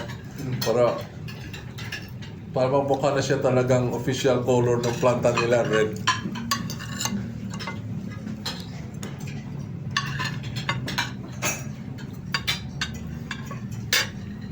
So, yeah, this is already very technical, no? Yeah, where you should inject the phosphate binders. These are some of the practical monitoring tools to run tests.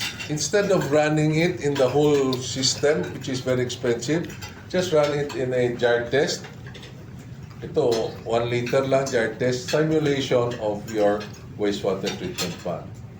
Then you can self-test it using hot DR 89? Oh, 896. 890? Oh. Hot DR 890. Is that a DO meter? No, it It's a multi-tester. It tests for chlorine, for phosphate. Okay. You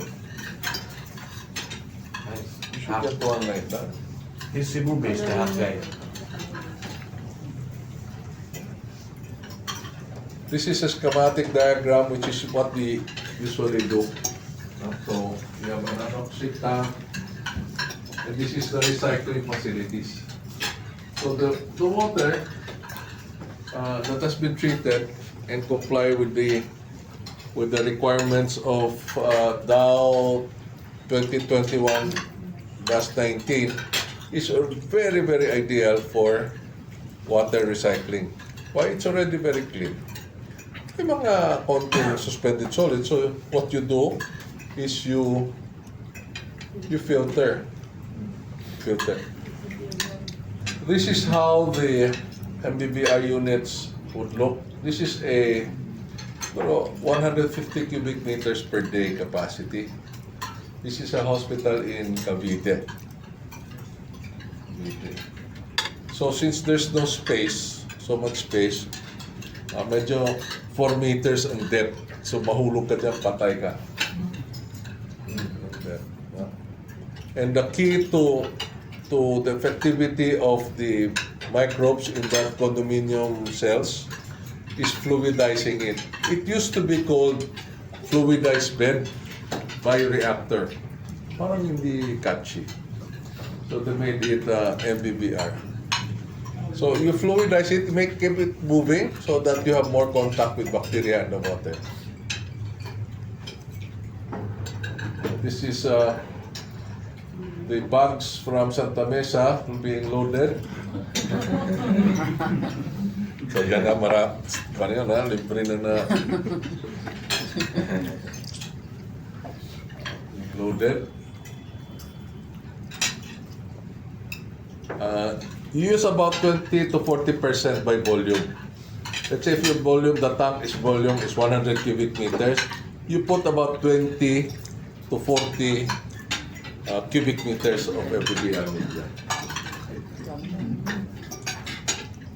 Yeah, this is the anoxic, so walang aeration, just mixing of the MBBR media with the water to nitrification process to remove ammonia, nitrogen. Ito naman yung aeration. You use coarse bubble diffuser. Ano yung diffuser? It's just a disc, just like, to picture it, it's just like the aerators in your aquarium. In coarse bubble, the bubbles are large, not fine bubbles, so that it will carry the media. When the media, the plastic are as small, ganyan kalalaki lang yan. But when there's bacteria already inside, it becomes very heavy. So it needs large bubbles to fluidize it. So it's called, mura lang yan yung coarse bubble diffusers. Parang 50 lang, ano? Para sa'yo, sir. Ha? Para sa'yo. Para sa'yo, 100 lang. Wala. Kano bang kuha ni John Drake doon? Mura lang.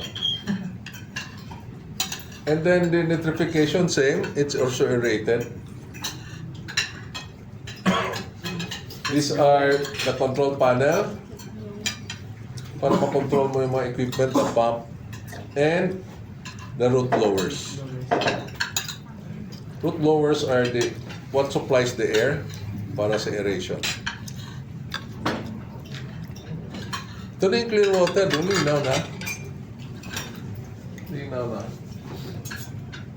So you can recycle this now by filtering it in activated glass media and activated carbon to remove the odor. And this one, activated glass. Thank you na. And last. Ito, kung ito? 24? Yeah. 24. Okay. 24 by 72. 24 by 72. Ito, activated carbon. Ito, activated gas. Ano yung PVC blue pipes? Mahal yung gray. Di ba pag expose yan sa init, mag-brittle siya? For sure. Mag-green pipe Grade siya. 5. Walas na budget. Sayang, 5 years, wala na yan, 10 years. Great. The piping should be, UV resistant if Yeah. it's exposed. And the color is gray. They can carry it. Yeah. We have Schedule- PVC gray pipes. Schedule 20. Schedule 40, Schedule 18. Thank you. Thank you so much.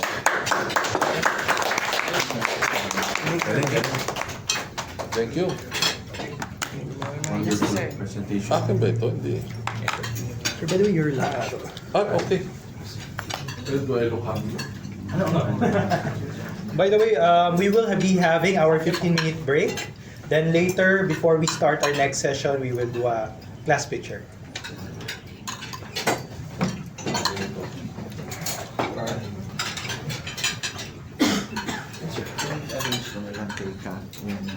Presentation. Ay, okay. Okay. Sa akin. Ano sa? Ito mo. Ito sa mga. Ganda ni Panood. Kuta na ko siya sa mga. Dadating na ako, hindi na may ibang ano. Ano makinis. Hindi naman ako kapit eh. Kaya kailangan ko na nga. Ayun, pwede.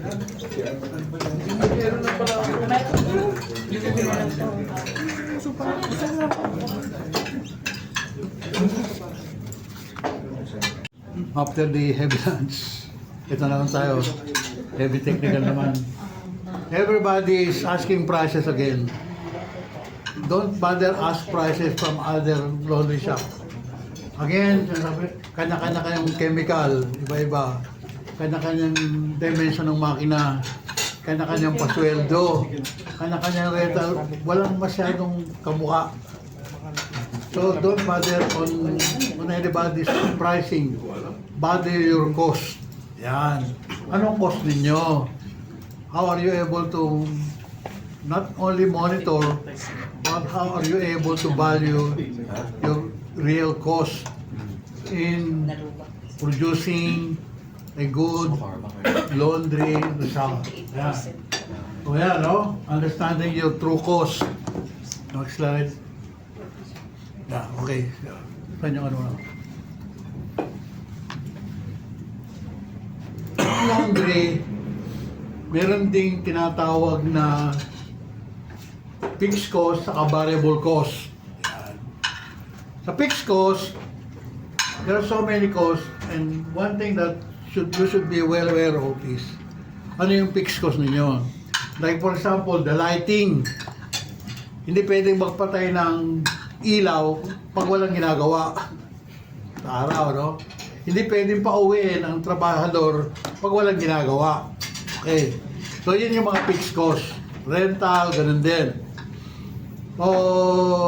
So on this regard, you have to take care of your fixed cost at once para makuha ka agad yung puhunan, no? Yung cost, not only monthly, but daily. Yan, no? So, andun na yung 7 to 9 major costs, which is very easy to compute or to go into detail daily. Yeah, normally kasi, meron kayong laundry, meron kayong accountant, end of the month, sasabit lang yung resibo, yung mga expense, blah, blah, blah, blah, blah. After another 30 days, saka lang malalaman, ano ba FS? Tumubo o lulugi. Okay, we are not suggesting ititigil na yung system na yun. But we are telling everybody that you should be able to know your daily cost. Yan. Kung tawagin yan, DMS, Daily Monitoring Cost, by measuring all the costs. Kasi dalawa yung decision ninyo. Gusto nyo ba ng price-driven or capacity-driven? Yung price-driven, gusto nyo kumita kagad. So, ito ang presyo ko, ganyan. Kung minsan naman, baka hindi magustuhan ng presyo, mahina pumapasok na customer, mahina benta. Capacity driven, bagsak presyo, puno. See? Sa price-driven, mo kumikita ka agad. Kaya lang may danger yun, baka mahina. Capacity-driven, puno, bayad lahat ang fixed cost. Puno, bayad lahat ang fixed cost. Ibig sabihin, hindi kayo nalulugi, pero tuloy-tuloy lang. No? In the end, yung capacity-driven, lumalaki yung volume dahil maganda yung presyo ninyo, nako-cover lahat yung mga cost. Remember, a laundry shop may be a very small plant, but it's still a plant. Kasabihan na yon, a laundry is a plant. Plant composed of machine. Machine must be moving always. Doing always. Pag hindi nakatenga, nalulugi kayo. You know why? Depreciation cost, labor, rental, umaandar lahat yan. So something has to be earned every now and then, every time, every minute. Yan, so you should decide, ano ba presyo ko? Capacity driven ako, okay na presyo ko. Oh. So marami papasok. O di kaya price driven, gusto ko kagad kumita. So yun yun, ano? And this is it. Next. Okay. Yan. It's not really that hard to get into the 7 to 9 major course. Every day, this is one of the TQM system. Every day, you should be able to know how much it costs. Probably yesterday, you should be able to know this morning kung magkano ang nagastos kahapon at magkano naman ang kinita. Okay.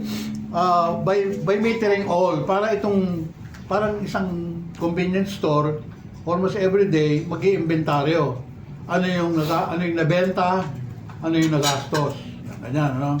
In short, you should be able to know every day your peso per kilo wash load. Yan. Yung peso per kilo wash load, yun ang unit nyo. Peso over kilo wash, yun ang puhunan. Yun ang unit. Yun ang unit na para sa inyong laundry lang. Kasi hindi magkakamuka ang lahat ng laundry. Iba-iba rental nyo, iba-iba pasweldo, iba-iba yung bayad sa chemical, iba-iba yung mga makina ninyo, iba-iba halaga. So, hindi pwedeng magagayahan ng magagayahan. Okay. So, how to do that? By doing the 7 to 9 major course, you get into the actual cost. Pag nakuha niya actual cost, magkakaroon na kayong target cost. Yun yung tawagin, daily monitoring system that will result to cost per kilo wash load. Halimbawa, it's 30 pesos per kilo. Paano kayo nag-arrive sa 30 pesos per kilo? Walang hula-hula, no? Ganito yun. Paano magsisimula muna sa 7 to 9 major costs? And they are, number 1, everything can be metered or computed daily. Yung water reading, water cost, water reading, water consumption, electric consumption, daily yan, merong metro yan. Salary, you can have your salary cost daily. Rental, you can divide it by 30 or 31. Depreciation cost, ask your accountant paano natin i-depreciate ito. Per year, per month, per week, per day. So, andyan na yan, ha? So, water, electricity, labor, rental, chemical. Ang chemical, ini-inventaryo araw-araw. Ito na yon. Isa sa mga pitfall ng laundry, may nang-uumit din. Kung hindi naman nagbubulsa ng pera, baka naman meron siyang laundry kanya, wala naman siyang makina. Gets? Dadating yan, may mga bag na dala. Laundry ng kapitbahay. So meron siyang laundry na wala naman siyang makina. Ganun yun, ano? Ano resulta? Ang laki ng utility cost. chemical, ganyan. Mahilig kayo mag-Clorox, yuwi ng Clorox yan. Mahilig kayo ng powder, yuwi niya ng powder. Yung mga ganon. Ito yung mga small things na mga nitty-gritty na hindi minsan maiwasan. And the problem with the laundry is boring. Hindi ka pwede nakatayo dyan maghapon nakagano. Mainit yan. No laundry is aircon, and I am not suggesting an aircon laundry. A laundry should be well ventilated. Yung kung sana mararamdaman niyo yung hipon ng hangin.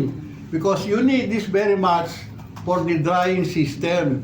Your dryer needs the best ventilation that you can get. Kasi dryer is relying on fresh air from the outside. Yung fresh air na yun, na hinihigop ng dryer to carry the heat from the electricity or the LPG to dry the items. Marami akong nakitang mga first class na mga 5 stars sa El Nido. Nakakatuwa, no? Aircon ng laundry. Sabi ko, patay ito. Ha? Kasi wala nahihigop ng magandang hangin yan. Negative ang air. Negative. The air should be positive. Pag wala nahihigop yan, tumatakbo nga, pero matagal kayo makadry. Pag matagal makadry, maraming gas, malakas ang kuryente, mahina production, ano na, and everything. See, laundry is not washing. It's the cost of the drying. Yan. At kalinisan steam laundry, we are doing 100 to 110 tons a day, spending around 2.5 million pesos per month of bunker oil, spending only 400,000 pesos chemical. See, 2.5 million just to dry, 400 to 600,000 pesos just to wash. See, electricity is 1 million. Ganon. So, malakas ang tayo everywhere. Pag mayroong simple laundry dyan, normally, 20,000 ang LPG. Tapos mga 5,000 lang ang chemical. So, it's the drying. Remember, it's the drying, ha? Yan yan. You have to be very keen in your drying cost. Maraming paraan yan. So, 7 to 9 major costs. Again, electricity, water, labor, rental, depreciation and maintenance, chemical, supplies, yung mga plastic, ano pa,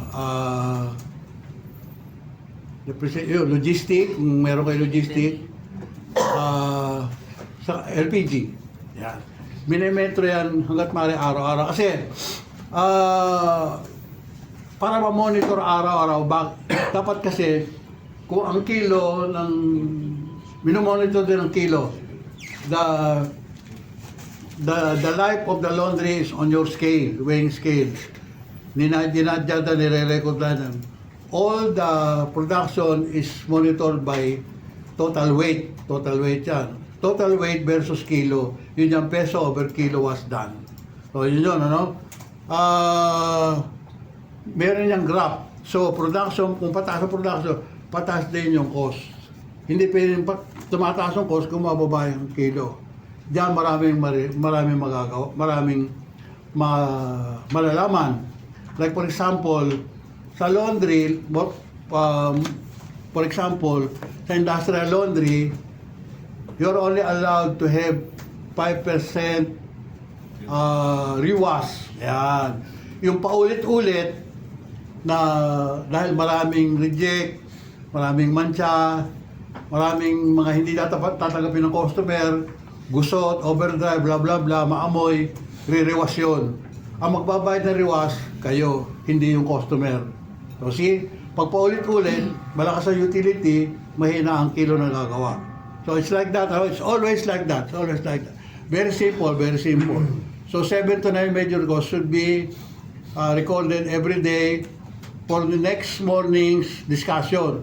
Bakit ganito? Bakit mataas mo ganyan? Hanggang maging standard na yon, it's not only for costing but for the quality. Yan. Bakit tumaas ang tubig? Ganito lang ang production. Ba't tumaas ang chemical? Ganyan-ganyan. Itatago yan ng mga worker kung bakit pa ulit-ulit ang laba. Kasi nagre-reklamo ko sa uulitin. Yan, ganyan, ano? Tsaka sobra-sobra nilalagay. Lahat yan may cost kasi eh. 7 to 9 major cost. Yan, no? Bakit? bakit ang taas ng ating drying? Masyadong matubig. Hindi, yung pagpipiga, parang kulang pa sa piga. Again, at this point, you're only allowed to acquire, to have 40% moisture before drying. Ito, tandaan nyo to na, tandaan nyo to. Napakarami ng gastos ng drying. 40% moisture bago i-dry. Halimbawa, nagkarga kayo ng 100 kilos. Bago i-dry yan, dapat 140 kilos or below ang total weight. So sa 10 kilos, dapat 14 kilos or below. Huwag tataas sa 14 kilos yung wet item na idadry. Otherwise, you spend more for LPG, humahaba drying, magastos ng LPG.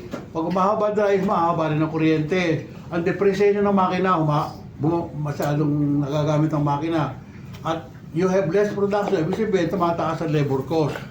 At in the same manner, para yung rental mo, imbis na bayaran mo na isang araw, parang 2 araw ang nababayaran mo. So, it's like that, ganyan, no? So, drying, bantayan nyo drying, yan ang number 1 na 5% rewash, 40% moisture. Kung nilalaban nyo, panay na cotton, ang ganda ng cotton, pero magastos yung labahan, matagal makatuyo, magastos sa LPG.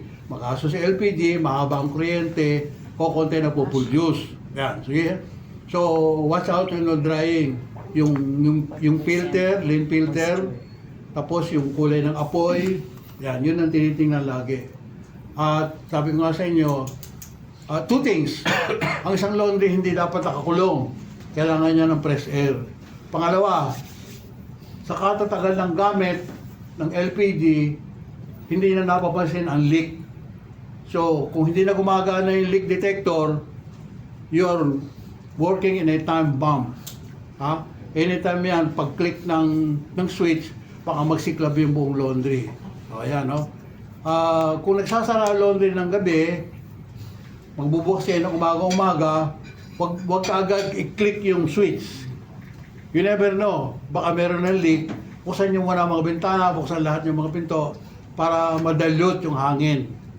Pagka nakasara pa, baka puno-puno na ng gas yan, 1 click, parang malaking bomba yan.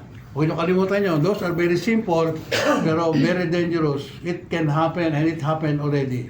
No, ha? O, yan. Question? Okay, yeah. Sir, in case na may gusto magtayo ng industrial laundry sa isang 10-story building, Okay. sa 9th floor, example, 40 meters yung height. Okay. So, nung nagtanong ako sa mga experts, sabi nila, wag, dapat sa ground floor lang kasi hindi dapat malayo yung LPG tsaka yung equipment. Oo. Tama ba yun? And second question, na-mention nyo nga na ventilation is important, di ba? Pero during summer kasi, kahit na ventilation ka, tumataas yung temperature. So, ano yung maximum working temperature para hindi masira yung equipment? Okay. It's not the temperature versus ventilation. It has nothing to do as far as dry is concerned.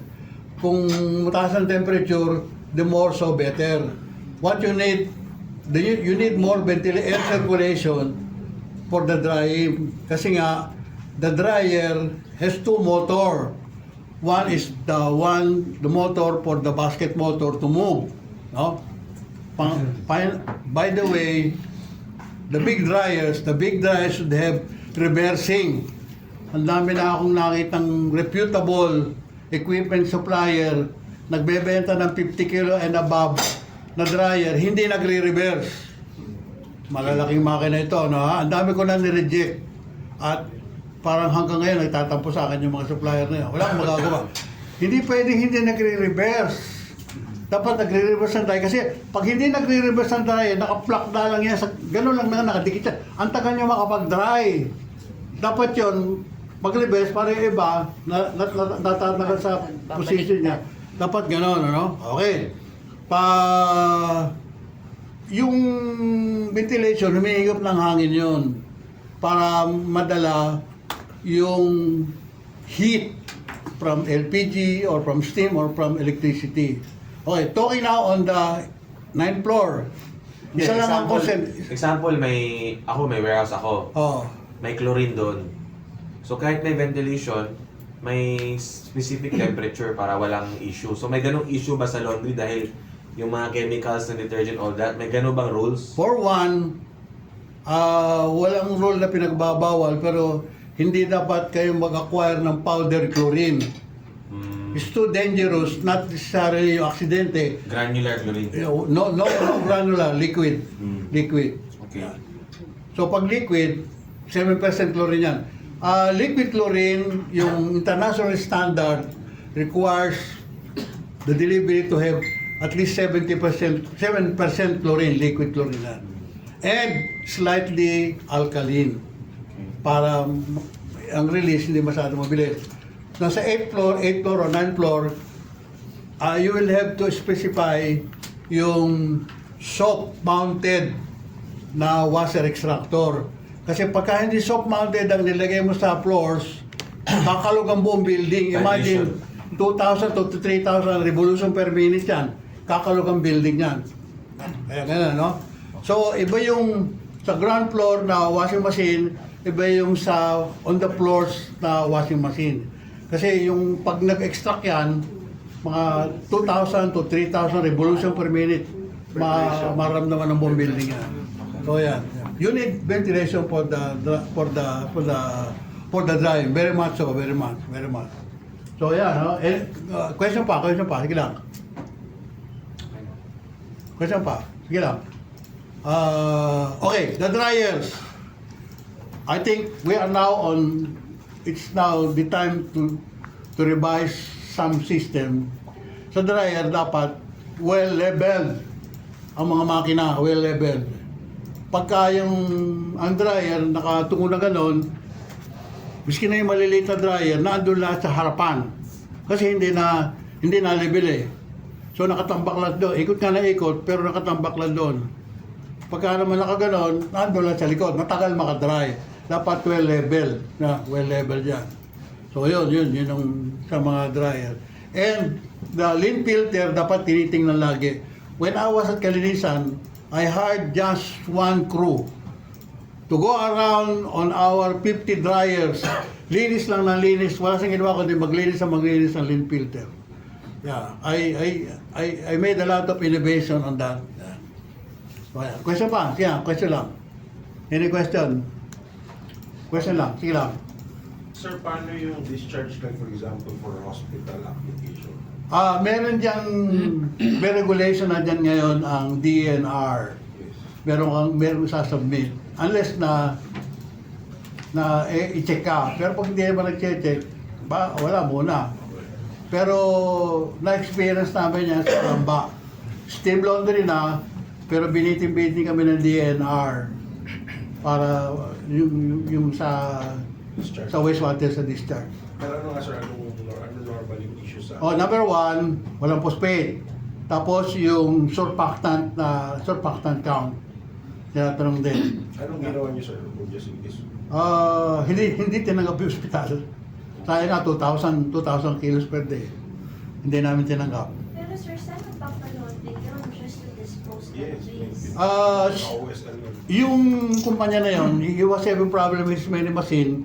Nasa Kabuyaw lang siya, doon sa bypass. Ngayon, nilipat sa sila, nandun na, mas malaki. Tunnel washer na. Tunnel washer na siya. Hindi naman, nagagawa niya naman ng paraan. Pero, dapat ready rin tayo sa wastewater treatment. Ready rin. Question pa? Sige lang. Any questions?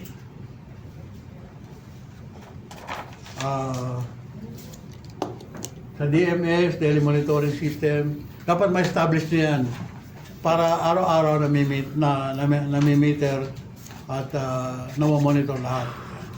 Question pa? Sige lang. Okay, next. Ayan ang major cause. Ayan.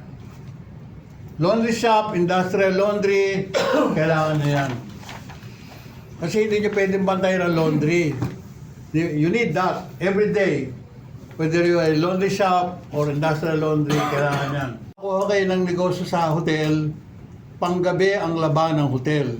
It starts normally late afternoon hanggang madaling araw. Yan, ganyan yan. So, kailangan talaga merong technician, working technician sa loob. Na it's not only doing as technician, pero he can be a dryer or a washer or a driver. Nandun na yan. So, ayan. Question pa. Question lang. Okay, so, inimbitaro lahat ha. Okay, next. Ito, actual ito. Yan, makikita nyo dyan. Ito yan. Pag nakuha ninyo yung peso per kilowatts load, you can add on your price. Plus 30%, plus 50%. Yun na yung presyo nyo. Yun ang talagang presyo ninyo because it came from your cost. Question lang sa ano. Ito na yung importante. Hindi ito ginagawa pero timely na dapat gawin na whether you are a laundry shop or an industrial laundry. Okay, May. Okay, sir. If ever I know already my OPEX and I want to be price driven, what is really the average cost now per kilo for hotel rate as an average? 30 to 50. Per kilo, sir. The 30 to 50% markup. Oh, 30 to 50 markup. 30%. from my OPEX, sir. From the attendees here, like ma'am, Oh, how much is your per kilo per piece, if I may? yeah, okay. Like the average Magkano per kilo mo? Presyo? per piece kasi ako, sir. O per piece or per kilo is the same.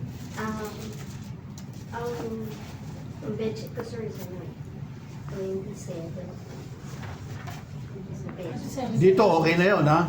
Yung 27 pesos per piece. Per piece? Walang sense. Okay na yun. Okay na yun. You know why? One bed sheet can be 0.4 to 0.5 kilos. Yan yun. Yan.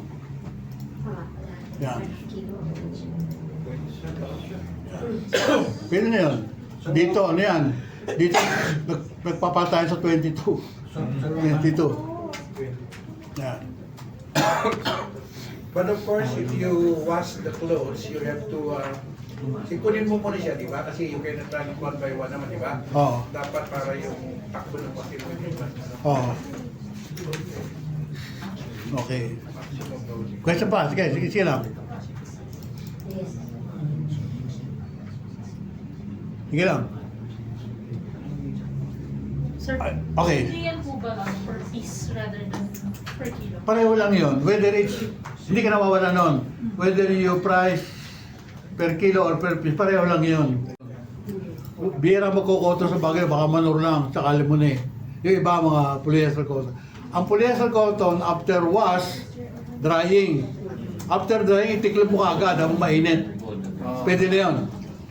Ang polyester cotton yan, ang tawag dyan, ng mga kanunong araw, no iron. Walang plantsahan. No iron or wash and wear. Pero sir, kailangan medyo basa pa. May moisture pa konti. Dry. Dry na, wag lang i-overdry. Okay. Kasi gano'n, ang polyester cotton merong memory. Merong memory yan. Habang malambot siya, pwede mo nang tiklupin, tapos stuck. Para na napaplansya yon. That memory can cause some problem. Like for example, pag yung namunguha ng lint yan, so kaya naglilint. Kaya hindi tayo pumasok kanina wala tayong sorting kanina eh. May time pa ba? Saglit lang.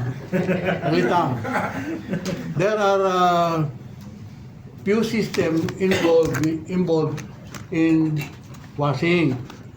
Number one is classification. One of the classification is type of fabric. Una, type of fabric. So kailangan mo din ma-identify mo kung yan ni terry. Okay na ha? Terry. Terry, ang Terry at the fabric like bath, towel, bathrobe, face towel, hand towel, yun ang mga Terry. Kaya huwag kayong magugulat, ano ba yung Terry? Ito yun, Terry. O yan, no? Yan, profitable process. Kasi wash, dry, and pour lang yan. Yan. Bedsheets, another story. Hindi nga dapat inaayon, magastos ang ironing eh. So yun ang problema sa bedsheet, pillowcase, and duvet. Duvet was not around more than 10 years ago. Kailan na lang yan? Yan. Mahirap pa naman i-process. 3 kilos, 4 kilos, one duvet. Magastos. Yan. So yun, ano? Okay. By fabric. Ang pure cotton, nakahiwala yan. Terry to terry. Polyester cotton to polyester cotton. Cotton to cotton. Sa color, if my shirt is pure white, meron akong logo dito na green, is this white or colored? Is this white? White, all white, with a green logo. Is this white or colored? Ha? Colored, hindi kayo maka-decide. Colored or white? Colored. Bakit naging color eh? Puti-puti. May color. Remember, ang makina hindi makakatanggal ng kalawang, lipstick, tinta. Hindi makakatanggal yan. And by the way, yung mga bulsa, tinitingnan, lalo na sa laundry shop, kapag nasikitan kayo ng ballpen, ang natunaw yan sa dryer, ang hirap tanggalin to forever ang pagtatanggal ng tinta niyan. Kasi pagdating sa dryer, matutunaw yung ballpen, kakalat lahat ng tinta. Wala na. Okay.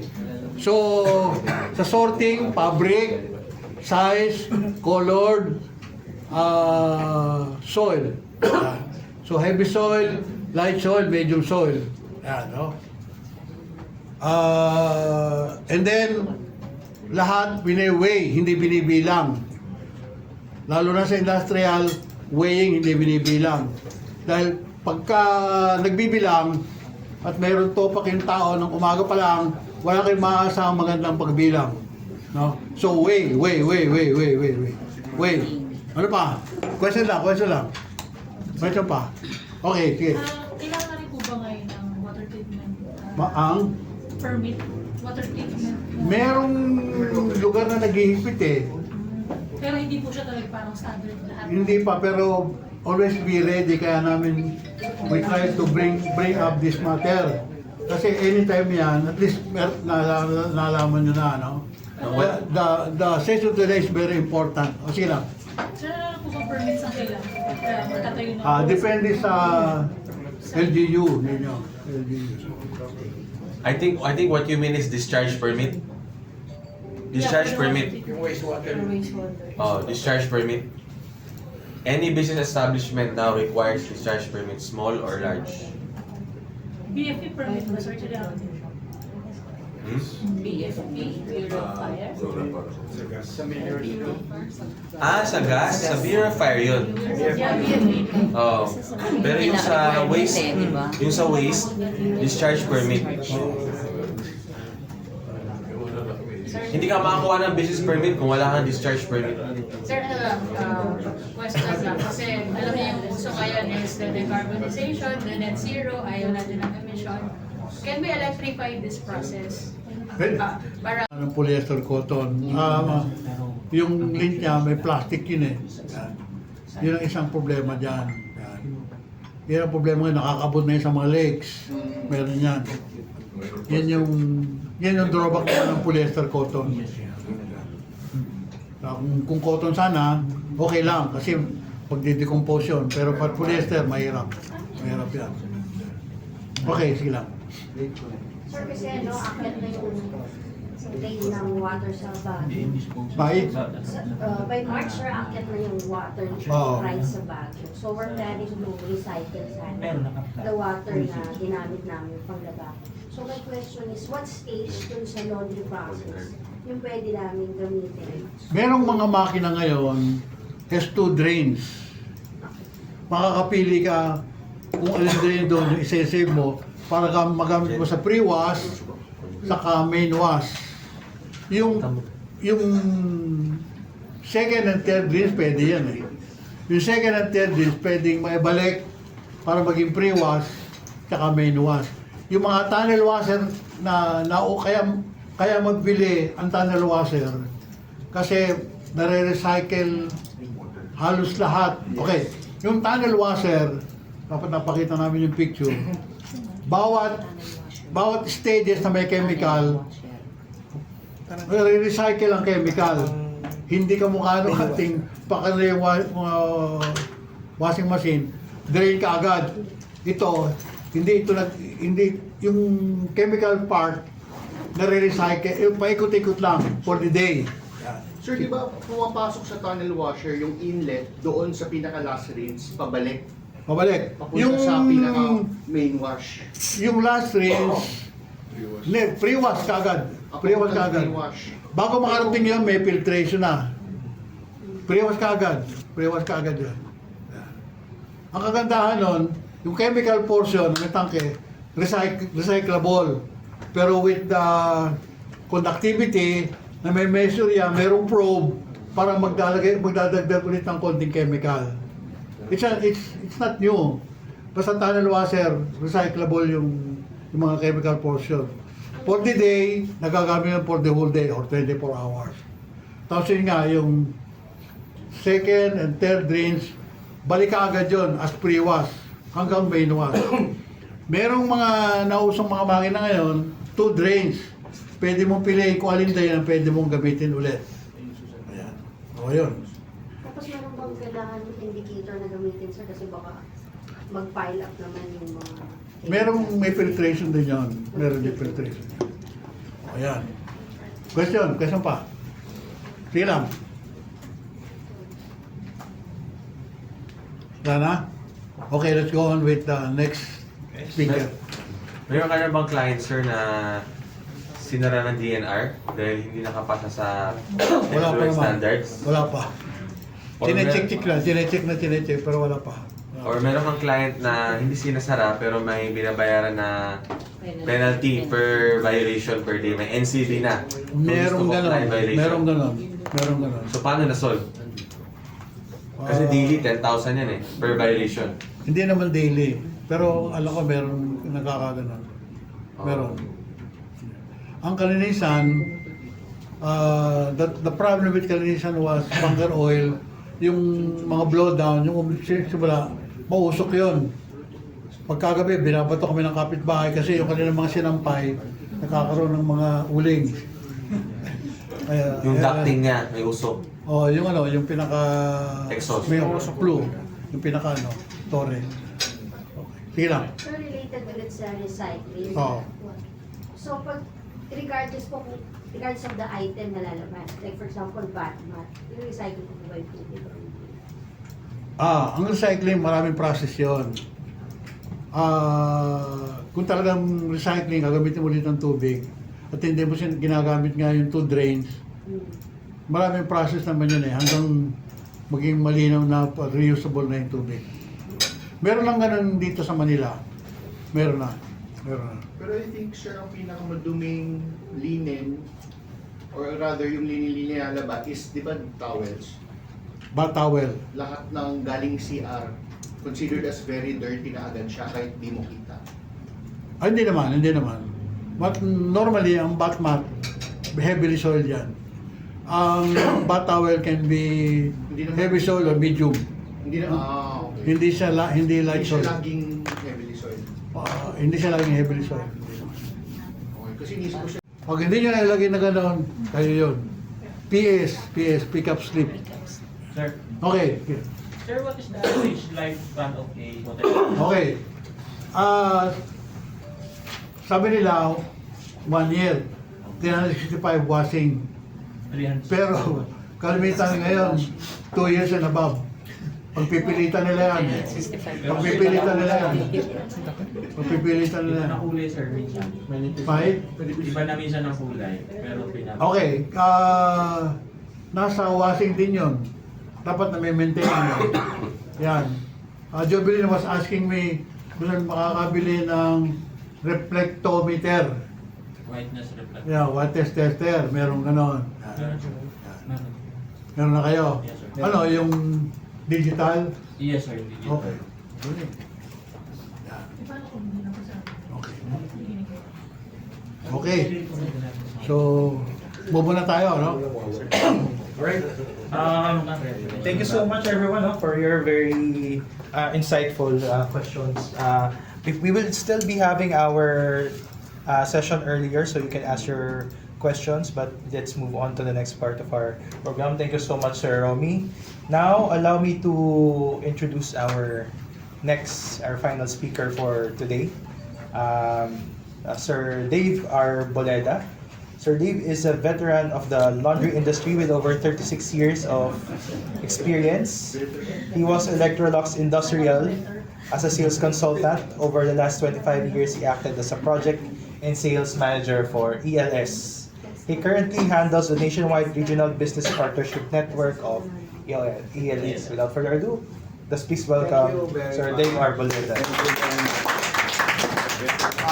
Ilang years na sir sa industry? 36. 36. That I started selling laundry equipment when I was 10. At 3 years old. Sir. 10 naman. So good afternoon everyone.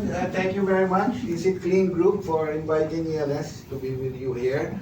I'll make it brief. This is the Lagoon Advanced Care presentation. This is actually the alternative to dry cleaning. Some of you, ma'am, you were in Baguio. You heard this already. Some of our partners are here also. So we call it the Lagoon Advanced Care. With me now is our GM, Migo, our executive assistant, Kat, and then general manager of our CPCC facility. Chiki is here also. So to start with, I'll give you a brief introduction because this is wet cleaning. Wet cleaning is actually an alternative to dry cleaning. So just a brief introduction of what dry cleaning is. Pinakita na kanina ni Sir Romy, dry cleaning is the process of cleaning dry cleaning only. Makikita nyo naman sa care label, dry cleaning. But at the moment, sir, almost 99.9% of dry clean only can already be processed with Lagoon Advanced Care, wet cleaning. So, it uses perchloroethylene, which we call perc, which is very, very difficult to acquire now. And it's very much regulated already. There are other cleaning agents like silicone and hydrocarbon.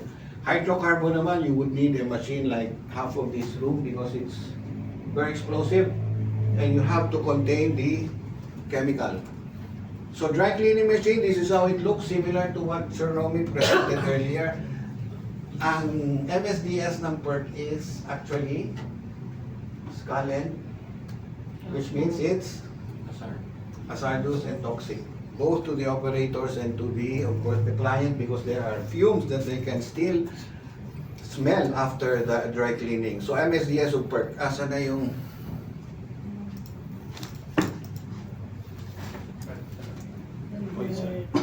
poison? Don't use dry cleaning.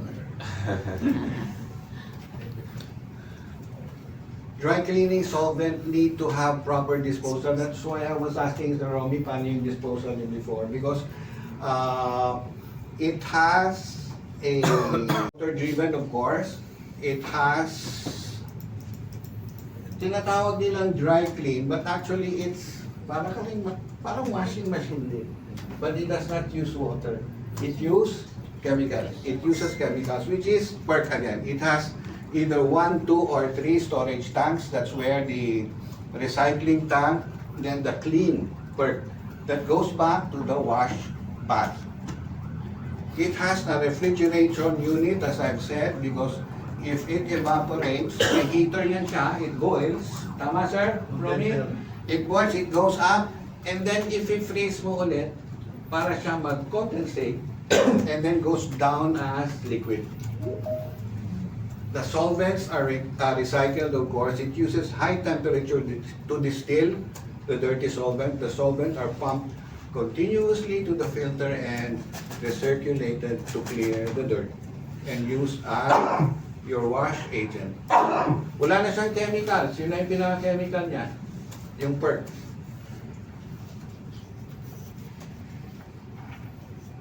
Wala na rin siyang galaw. Yeah. I'll do it manually. Perk rescission sa USA 2023 to 2026. Various states phase out. Not allowed anymore. France perk ban in 2022. No machines can be installed since 2012. No new machines. But again, meron pa rin doon yung mga dry cleaning users. Denmark, very low emission is allowed. It's very hard to comply. And in Norway, contact water has to be treated specifically. This is a new regulation. It causes damage to organs, may cause cancer. Again, I cannot say it more. It is dangerous and it's toxic. Banned in Illinois, dry cleaners will be banned from installing perk machines since 2011. Total ban next year, 2026. California, I think it is not a total ban, but they get tax incentives against buying eco-friendly machines, and if you buy perk machines, you have tax incentives if you buy the eco-friendly systems. So summary, for dry cleaning, it's solvent-based. It's fresh, it's clean, but mapapansin nyo after 3 processes, amoy nyo pa rin yung chemicals. Is it clean? So Ronnie? Actually, it's clean. Clean naman, but is it eco-friendly?